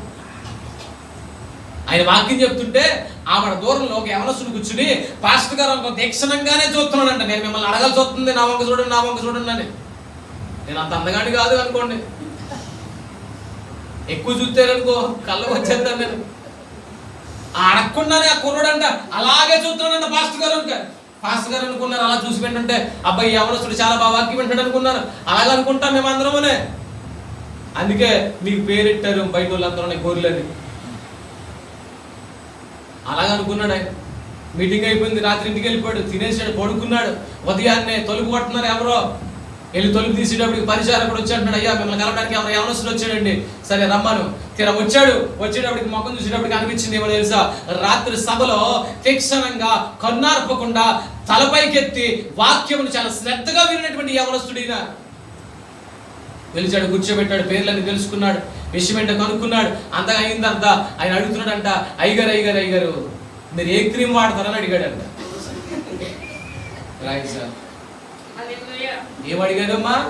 ఏ క్రీమ్ వాడతామని అడిగితే, బాబు నువ్వేదో అన్నావు నాకు అర్థం కాలేదు. ఏంటంటే మీ ముఖం అంత తెల్లగా కనబడుతుంది కదా, మీరు ఏ సబ్బు వాడతారు, అది ఏ క్రీమ్ వాడతారు, ఏ మాయిశ్చరైజర్ వాడతారు, ఏ టెక్ ఉంది, ఏ మేకప్ ఉంది. ఈరోజు చాలా మంది పాస్టర్స్ కూడా ఇలాంటి ఏదో పెట్టారని చెప్పేసి మేకప్ వేసుకొచ్చి చెప్పే ప్రసంగికులు కూడా ఉన్నారు. నేను చేశాను మేకప్లు కొంతమంది పాస్టర్ల కంటే, తెలిసి చెప్పట్లే, చేసి చెప్తున్నా. ఇలాంటి టీవీ ముందు చెప్పడానికి, ఒక వీడియో తీయడానికి, లేకపోతే ఒక యూట్యూబ్లోనో లేకపోతే ఒక క్యాసెట్ చేయడానికి అవసరమే మా మొక్కలు బాగోవు కనుక. ప్రియమైన దేవుని వర్లరా, ఆ రోజున యవనస్తుడు పాస్టర్ గారు నో అడిగేస్తానంటే, అయ్యగారు చెప్పండి, అసలు మీ మొక్కలు అంత కళ నేను ఎక్కడ చూడలేదా తేజస్సు, ఆడల్లో కూడా కనపడలేదా తేజస్సు, మీరు ఏం క్రీమ్ వాడుతున్నారు, మీరు ఏం సబ్బు వాడుతున్నారు చెప్పండి అంటే పాస్టర్ గారు అన్నట్టు అసలు నేను సబ్బు పెట్టుకుని అన్నాడంట. స్తోత్రం చెప్పరే, ఏమన్నాడు అసలు ఆశ్చర్యపోయి యవనస్తుడు, అదేంటయ్యా సబ్బు పెట్టుకొని అంటున్నారు. మరి మొక్కల్లో అంత కళ ఎలాగ వచ్చిందంటే ఆయన ఫ్యాంట్ పైకి ఎత్తి మోకాలు చూపించాడంట. ఫ్యాంట్ పైకెత్తి మోకాలు చూపిస్తే అదేంటంటే అయ్యారు అని అడిగితే, నా మోకాలు నల్లబడ్డాయి కాబట్టి నా ముఖము తెల్లబడిందని చెప్పాడు. మాయిశ్చరైజర్ ద్వారా, క్రీముల ద్వారా, ఏ మేకప్ల ద్వారా, ఏ టెక్ ద్వారా రానిది మోకరించి ప్రార్థన చేస్తే దేవుని వెలుగు నీ మీదకి వస్తుంది. నేను అంటున్నాను, ఈ ఉపవాస ప్రార్థన కూడికలలో చేరిన సంఘము, పిల్లలైనా, యవనస్తులైనా, స్త్రీలైనా, పురుషులైనా, అది చిన్నవారైనా పెద్దవారైనా ఎవరైనా సరే, నిశ్చయముగా నీ ముఖము దేవుని వెలుగుతో నింపబడును గాక. నేను చెప్పేది అబద్ధమైతే ఆ నిర్గమకాండములో మీరు చూస్తే మోషే గారు 40 రోజులు ఉపవాసం రాత్రి పగలు ప్రభు సన్నిధిలో ప్రార్థన చేసి కొండ దిగి వస్తే ఇశ్రాయేలు ప్రజలు ఆయన ముఖము చూడలేక తప్పుడు కప్పేసుకున్నాడు. ఆయన ఎక్కడి నుంచి వచ్చింది వెలుగు? ఎక్కడి నుంచి వచ్చింది అంటే ఉపవాసం ఉండి ప్రార్థన చేయటం వల్ల. అనండి, ఈ ఉపవాసం ఉండి ప్రార్థన చేయవలసింది ఎందుకో తెలుసా? దేవుని మహిమతోనూ నింపబడ్డానికి చేయాలి, అవసరాలు తీర్చుకోవడానికి కాదండి. ఉపవాస ప్రార్థన కూడికలు నిత్యముగా సంఘములో ఉజ్జీవాన్ని తీసుకురావాలి, నిత్యముగా రక్షణ కార్యాన్ని జరిగించాలి, నిత్యముగా అనేకులను విడిపించాలి, నిత్యముగా ఈ ప్రాంతమును యేసయ్య ప్రాంతముగా మార్చేయాలి. అందుకు కదా ఉపవాసం ఉండాలి. నేను అడుగుతున్నాను, ఎన్నో సంవత్సరాలు ఉపవాసాలు అయిపోయి నీ ఇంట్లో వాళ్ళు మార్చుకున్నావా? నీ భర్త మారాడా? నీ భార్య మారిందా? నీ పిల్లలు మారారా? నీ మనవలు మారారా? ఎంతమంది రక్షణ పొందారు? ఎంతమంది బాప్తిసం తీసుకున్నారు? నీ ఇరుగు పొరుగు వారికి ఎంతమందిని సంఘానికి నడిపించావు? సంఘానికి నడిపిస్తే మీ మందిరం ఎందుకు ఎంతే ఉంది? పాస్టర్ గారే ప్రార్థన చేయాలి, పాస్టర్ గారి ఉపవాసం ఉండాలి, మీరు ప్రేక్షకుల్లా వచ్చి వెళ్ళిపోతారా? నేను అడుగుతున్నాను మళ్ళీ వెనక్కి వెళ్తే, ఆ రోజున పాస్టర్ గారి కోసం సంఘమంతా ప్రార్థన చేస్తే ఈ రోజున నానుడు ఏంటో తెలుసా? పాస్టర్ గారి సంఘమంతా కోసం ప్రార్థన చేయాలి కానీ పాస్టర్ గారి కోసం ప్రార్థన చేసే విశ్వాసులు లేరు. ఉన్నారు ఎవరైనా మన మధ్యన అలాంటి వాళ్ళు? ప్రియమైన దేవుని సంఘం, ప్రియ దేవుని ప్రజలను ఒకసారి ఆలోచన చేయండి. వ్యక్తిగత ప్రార్థన ఉండాలి, సంఘ ప్రార్థన ఉండాలి, ఉపవాస ప్రార్థన ఉండాలి. ఎందుకో తెలుసా? దేవుని మహిమతోనూ నింపబడ్డానికి, దేవుని వెలుగుతోనూ నింపబడ్డానికి. క్రైస్తవుడు అంటే కష్టాన్ని చూసి, శ్రమను చూసి ఏడ్చేసి గొగ్గోలు పెట్టేసేవాడు కాదు. సావైనా సరే, రేవైనా సరే ప్రభువు కొరకు నేను సంతోషంగా నిలబడతాననేటువంటి వాడు. శ్రమల్లో కృంగిపోయేవాడు కాదు, వేదనలో కృంగిపోయేవాడు కాదు, అవమానంలో తలదించుకుని వెళ్ళిపోయేవాడు కాదు. అలా వెళ్ళిపోయేవాడైతే జకర్యా గారు ఎంతకాలం సేవ చేశాడు? యోహాను పుట్టేదాకా అవమానాలు లేవా? నిందలు లేవా? ఈ రాత్రి నేను చెప్తున్నా, నా ప్రసంగం అయిపోయిన ప్రభు నన్ను నడిపిస్తున్నాడు. ప్రభు ఎవరితోనో మాట్లాడుతున్నాడు. నాకు ఇచ్చిన టైం కూడా అయిపోయింది, అయినా సరే నేను మాట్లాడుతున్నానంటే ప్రభు ఈ రాత్రి ఎవరిని దర్శించబోతున్నాడు. ప్రభు ఎవరి కోసం ఈ మాటలు మాట్లాడుతున్నాడు. దేవుని సంగమా, ఉపవాసం ఉండి ప్రార్థన చేయటం అంటే నిలువునా నీ దేహమును నువ్వు కడిగి వేసుకోవాలి. అందుకే రోమపత్రిక 12వ అధ్యాయంలో మాట్లాడుతూ అంటాడు, ఏమో తెలుసా? మీరు సజీవ యాగముగా మీ దేహములను ప్రభువుకు సమర్పించేసుకోవాలి. అవసరాలు తీర్చుకోవడానికి కోసం కాదు, సంఘ ఉద్యోగం కోసం ఉపవాసం ఉండాలి. పెళ్ళిళ్ళ కోసమో, పిల్లల కోసమో, ఉద్యోగం కోసమో, వ్యాపార లాభం కోసమో కాదు.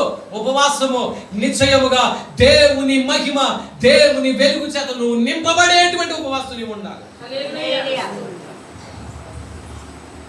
చేద్దామాలంటే ఉపవాసం, చేద్దామాలంటే ప్రార్థన. మోకరించగలిగిన వారందరూ మోకరించండి. మోకరించలేనటువంటి వారు మాత్రం లేచి నిలబడండి. తొందరగా వచ్చేయాలి, అందరూ మోకాల మీదకి వచ్చేయాలి. మోకరించగలిగిన వారందరూ మోకరించండి. మోకరించలేనటువంటి వారందరూ కూడా లేచి నిలబడాలి, లేచి నిలబడాలి. అమ్మా, అయ్యా, నీకు ఆరోగ్యము సహకరించి, నీ శరీరం నీకు సహకరిస్తే మోకరించు. కళ్ళు మూసుకో, తలదించి 2 చేతులు ఆకాశం వైపు చాపి దేవుని సన్నిధిలో ప్రార్థన చేద్దామా? అయ్యా, నిజమే, వ్యక్తిగత ప్రార్థన అనుభవం లేదు నాకు. నమ్ముకుని చాలా కాలం అయిపోయింది. విశ్వాస జీవిత పోరాటంలో నా ప్రయత్నం మొదలుపెట్టి, ప్రయాసం మొదలుపెట్టి చాలా కాలం అయిపోయింది, కానీ ఏంటో వ్యక్తిగత జీవిత ప్రార్థన అలక్ష్యం అయిపోయింది. నాయన, ఈ రాత్రి ఆ ప్రార్థన అనుభవానికి నన్ను నడిపించగా. దావీదు, దానియేలు, మోషే, యోహాను, ఇలా ఎంతో మంది భక్తులండి వ్యక్తిగత ప్రార్థన ద్వారానే ఎన్నో విషయాలను ప్రభు కొరకు తెలుసుకోగలిగారు. వ్యక్తిగత ప్రార్థన జీవితమే ప్రభువుని నిన్ను పరలోకానికి నడిపిస్తుంది, ప్రభువుని నీ కళ్ళకు చూపిస్తుంది. ఎన్నోసార్లు వ్యక్తిగతంగా ప్రార్థిస్తున్నాం, కుటుంబంగా ప్రార్థిస్తున్నాం. అమ్మా, కొన్ని సమస్యలు తీరట్లేదు కదా, కొన్ని పరిస్థితులు గట్టెక్కట్లేదు కదా, కొన్ని మార్పు రావట్లేదు కదా, నువ్వు కోరుకున్నటువంటి కోరిక తీరట్లేదు కదా. సంఘముగా ప్రార్థించవా? ఈ రాత్రి నీ సేవకు నీకు పిలిపెందుకు ఇచ్చాడో తెలుసా? వ్యక్తిగత ప్రార్థనలోనికి నిన్ను నడిపించాలని, సంఘ ప్రార్థనలోనికి నిన్ను నడిపించాలని. చాలాసార్లు ఆదివారమే వచ్చి వెళ్ళిపోతున్నావే, పండగకే వచ్చి వెళ్ళిపోతున్నావే. ఆదివారం వచ్చే నీవు కూడా పండగ క్రైస్తవులని విమర్శ చేస్తున్నావే. అమ్మా, వారాల ప్రార్థనలో ఏమైపోతున్నావు? అయ్యా, వారాల ప్రార్థనలో ఏమైపోతున్నావు? ఏదో సాగు చెప్పుకుంటున్నామేమో. ఈ రాత్రి ప్రభు దగ్గర ప్రభుకి చెప్తాను, ఆయన అవకాశం ఉండి కూడా నీ సన్నిధి నిర్లక్ష్యం చేస్తున్నానయ్యా. ఉపవాసం అంటే భోజనం మానేయటం అనుకున్నాం, కానీ దెబ్బలాడుతూనే ఉన్నాం, కలహమాడుతూనే ఉన్నాం, మొగం తిప్పుకుంటూనే ఉన్నాం, ప్రాణాన్ని కష్టపెట్టుకుంటూనే ఉన్నాం. ఏది మానేసామని ఉపవాసం అని చెప్తున్నావయ్యా? ఏది మానేసామని ఉపవాసం అంటున్నావు? నిజముగా ఉపవాసం ఉంటే కడగబడిన అనుభవానికి నువ్వు రావాలి కదా. నిజముగా నువ్వు ఉపవాసం ఉంటే దేవుని వెలుగు నీలో కనబడాలి కదా.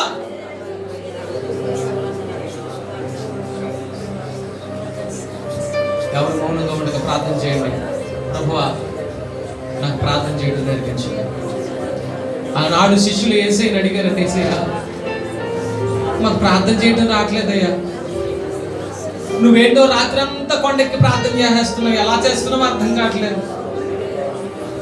మేము చేయాలనుకుంటున్నాం కానీ 5 నిమిషాలకే, 10 నిమిషాలకే, పావు గంటకే, అరగంటకే, గంటకే మా ప్రార్థన అయిపోతుంది, మా కంటిలో నీరైపోతుంది, మా గుండెల్లో భారం తగ్గిపోతుంది, మేము ఇంకెప్పుడయ్యా రాత్రి అంతా ప్రార్థించగలం? ఉన్నారా ఎవరైనా? ప్రార్థన చేయండి దేవుడి సన్నిధానంలో. నిశ్చయముగా ఈ 3 రోజుల కూడికలో దేవుడు తన ప్రార్థనాత్మ చేత నిన్ను నింపాలి. నిశ్చయముగా ఈ రాత్రి దేవుని వెలుగు నిన్ను కమ్ముకోవాలి. నిశ్చయముగా పేతురును విడిపించినట్టుగా బంధింపబడిన ప్రతి పరిస్థితుల నుంచి దేవుడిని విడిపించాలంటే సంఘ ప్రార్థన అవసరం కదా. నిశ్చయమైనటువంటి భక్తుల యొక్క మహిమ తేజోమానమైనటువంటి ప్రకాశమానమైనటువంటి వెలుగు, ఆ పరలోక దర్శనం కావాలంటే ఉపవాసం కావాలి కదా. దేవునితో ముఖాముఖిగా మాట్లాడే అనుభవాన్ని కోల్పోయి ఎంతకాలమైంది? నువ్వు వస్తావని,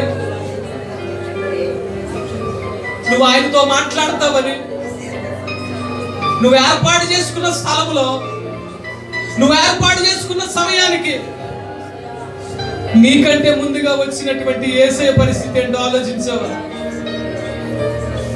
ఖాళీ లేదయ్యా, కుదరట్లేదయ్యా అని సాకులు చెప్పుకుంటున్నావే.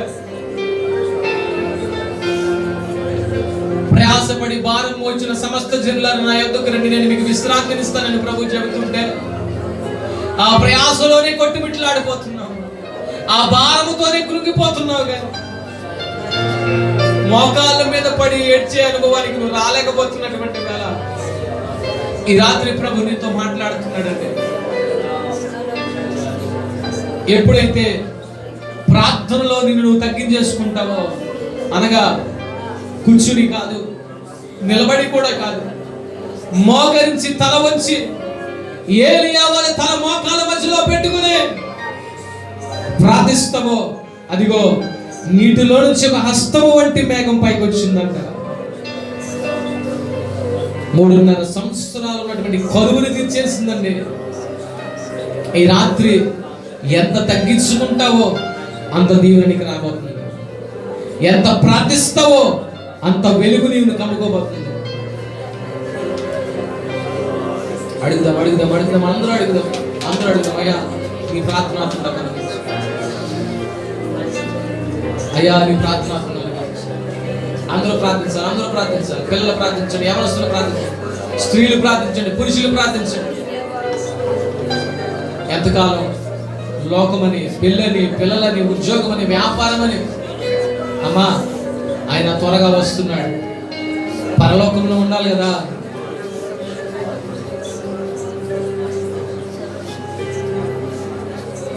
ప్రభువా ప్రార్థన నేర్పయ్యా, ప్రార్థించకుండా నేనుండలేనయ్యా. 2 చేతులు ఆకాశం వైపు చాపి, ప్రభువా ప్రార్థన నేర్పయ్యా, ప్రార్థించకుండా నేనుండలేనయ్యా. నీ పాదాలు తడుపకుండా నా పయనము సాగదయా, నీ పాదాలు తడుపకుండా నా పయనము సాగదయా.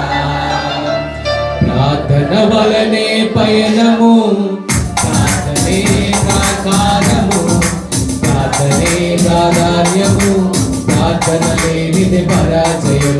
ప్రార్థన వలనే పయనము, ప్రార్థనే ప్రాకారము, ప్రార్థనే ప్రాధాన్యము, ప్రార్థన లేనిది పరాజయం. ప్రభువా ప్రార్థన నేర్పయ్యా, ప్రార్థించకుండా ప్రభువా ప్రార్థన నేర్పయ్యా, ప్రార్థించకుండా నేనుండలేనయ్యా. నీ పాదాలు తడుపకుండా నా పయనం సాగదయా. నీ పాదాలు తడుపకుండా నా పయనం సాగదయా. నీ పాదాలు తడుపకుండా నా పయనం సాగదయా. నీ పాదాలు తడుపకుండా నా పయనం సాగదయా. ప్రార్థన వలనే పయనము, ప్రార్థనే ప్రాకారము, ప్రార్థనే ప్రాధాన్యము, ప్రార్థన లేనిది పరాజయం. క్రైస్తవ విశ్వాస భక్తి జీవితంలో ప్రార్థనే ప్రాముఖ్యమైనదని తెలుసు, ప్రార్థనే ఊపిరని తెలుసు, ప్రార్థనే మనకి ప్రాకారం అని తెలుసు. ఎందుకో ఆ ప్రార్థనే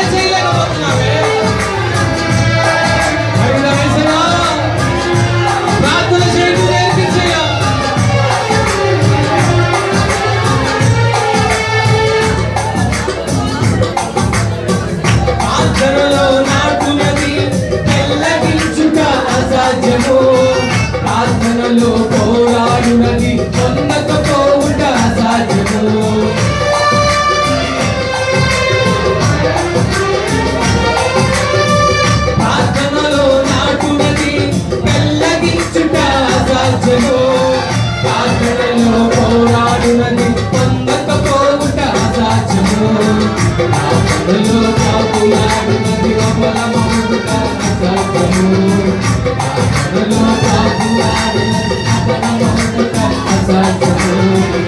ఆత్మలో ప్రభువైనది పరిచేయకపోవుట అసాధ్యము. ఆత్మలో ప్రభువైనది పరిచేయకపోవుట అసాధ్యము. ప్రభువా ప్రార్థన లేపయ్యా, ప్రార్థించకుండా నేనుండలేనయ్యా. వెలుగెత్తి చెప్పా. ప్రభువా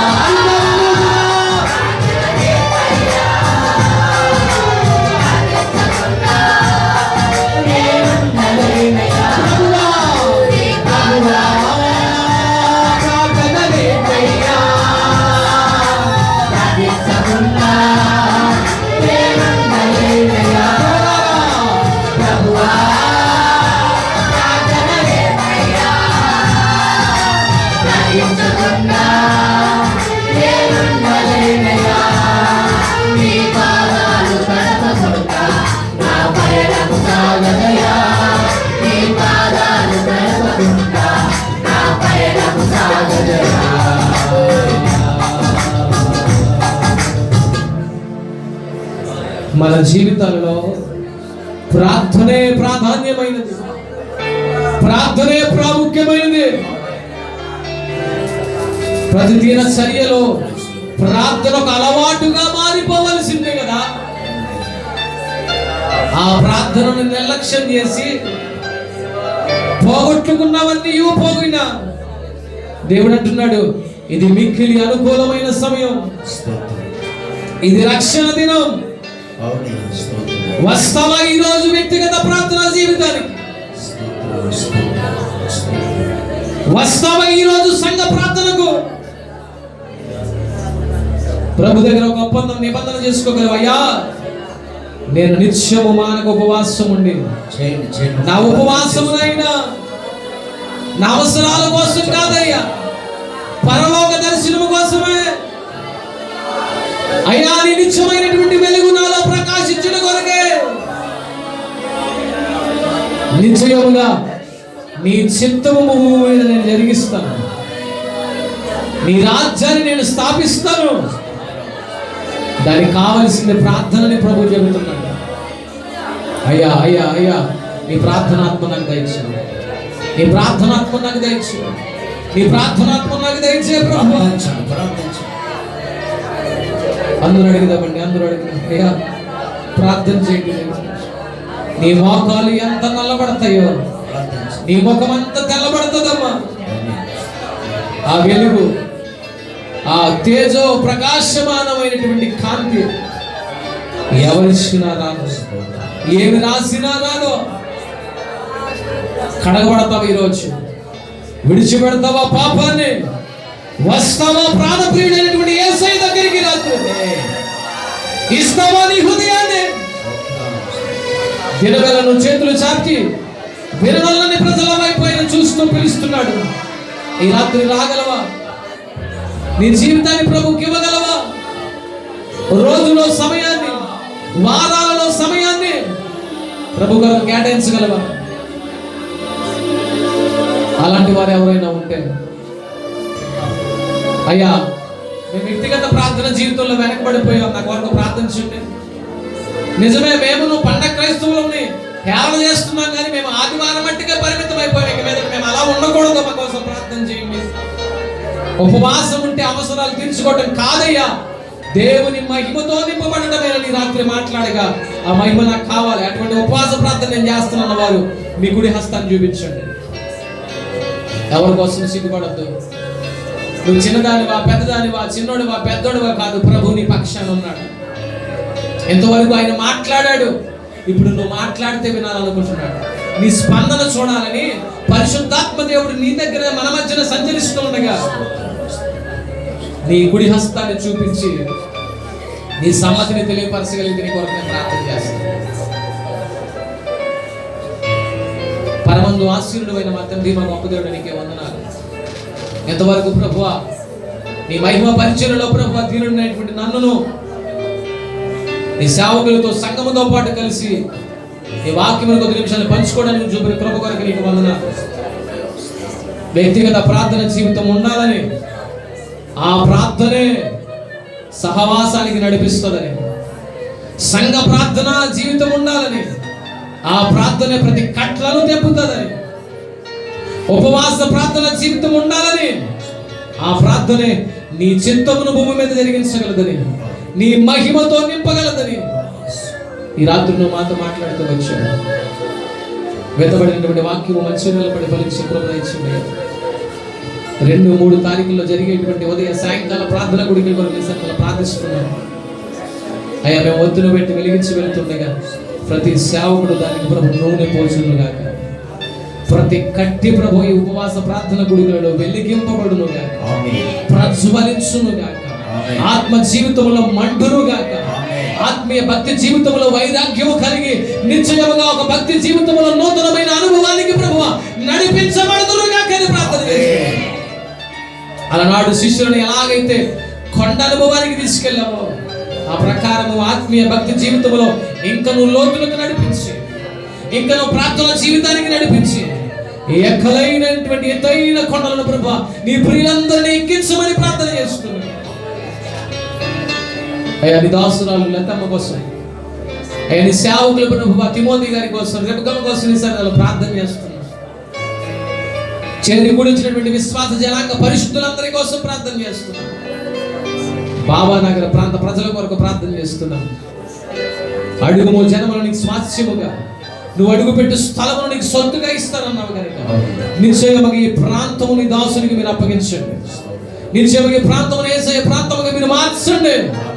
యేసు నామమున ఉపవాస ప్రార్థన కుడికల ద్వారా గ్రామములో కదిలింపు కలుగునుగాక, సంఘములో రక్షణ జరుగునుగాక, ప్రతి కాడిమాని విరగొట్టబడునుగాక, ప్రతి అంధకార దురాత్మ శక్తులను యేసు నామమున పారదోలుతూ నిత్య మహిమలోనికి మమ్మల్ని అందరినీ బలపరిచి నడిపించి మహిమ ఈ నామాన్ని హెచ్చిస్తూ మమ్మల్ని మేము తగ్గించుకుంటాం. ఈ ప్రార్థన మనం మీకు సమర్పించి అడిగి పొందుకుని ఉన్నాం ప్రియపరలోకపు తండ్రి, ఆమేన్. ఇప్పుడు మనం పరమ తండ్రి అయినటువంటి సృష్టికర్త అయినటువంటి దేవుని యొక్క ప్రేమ, రక్షణకర్త అయినటువంటి క్రీస్తు యేసు కృప, ఆదరణకర్త అయినటువంటి పరిశుద్ధాత్మ దేవుని కలిగి సహవాసం జరగబోయే 2 దినాల కూడికలో సంఘముతో, గ్రామముతో దేవుడు వ్యక్తిగత ప్రార్థన జీవితానికి, సంఘ ప్రార్థన జీవితానికి, ఉపవాస ప్రార్థన జీవితానికి నడిపించినంత మట్టికి సదా తోడేండి నడిపించునుగాక. గట్టిగా చెబుదాం, చేతులెత్తి ఆమేన్. అందరూ కూడా చప్పట్లు కొట్టి దేవుని నామమున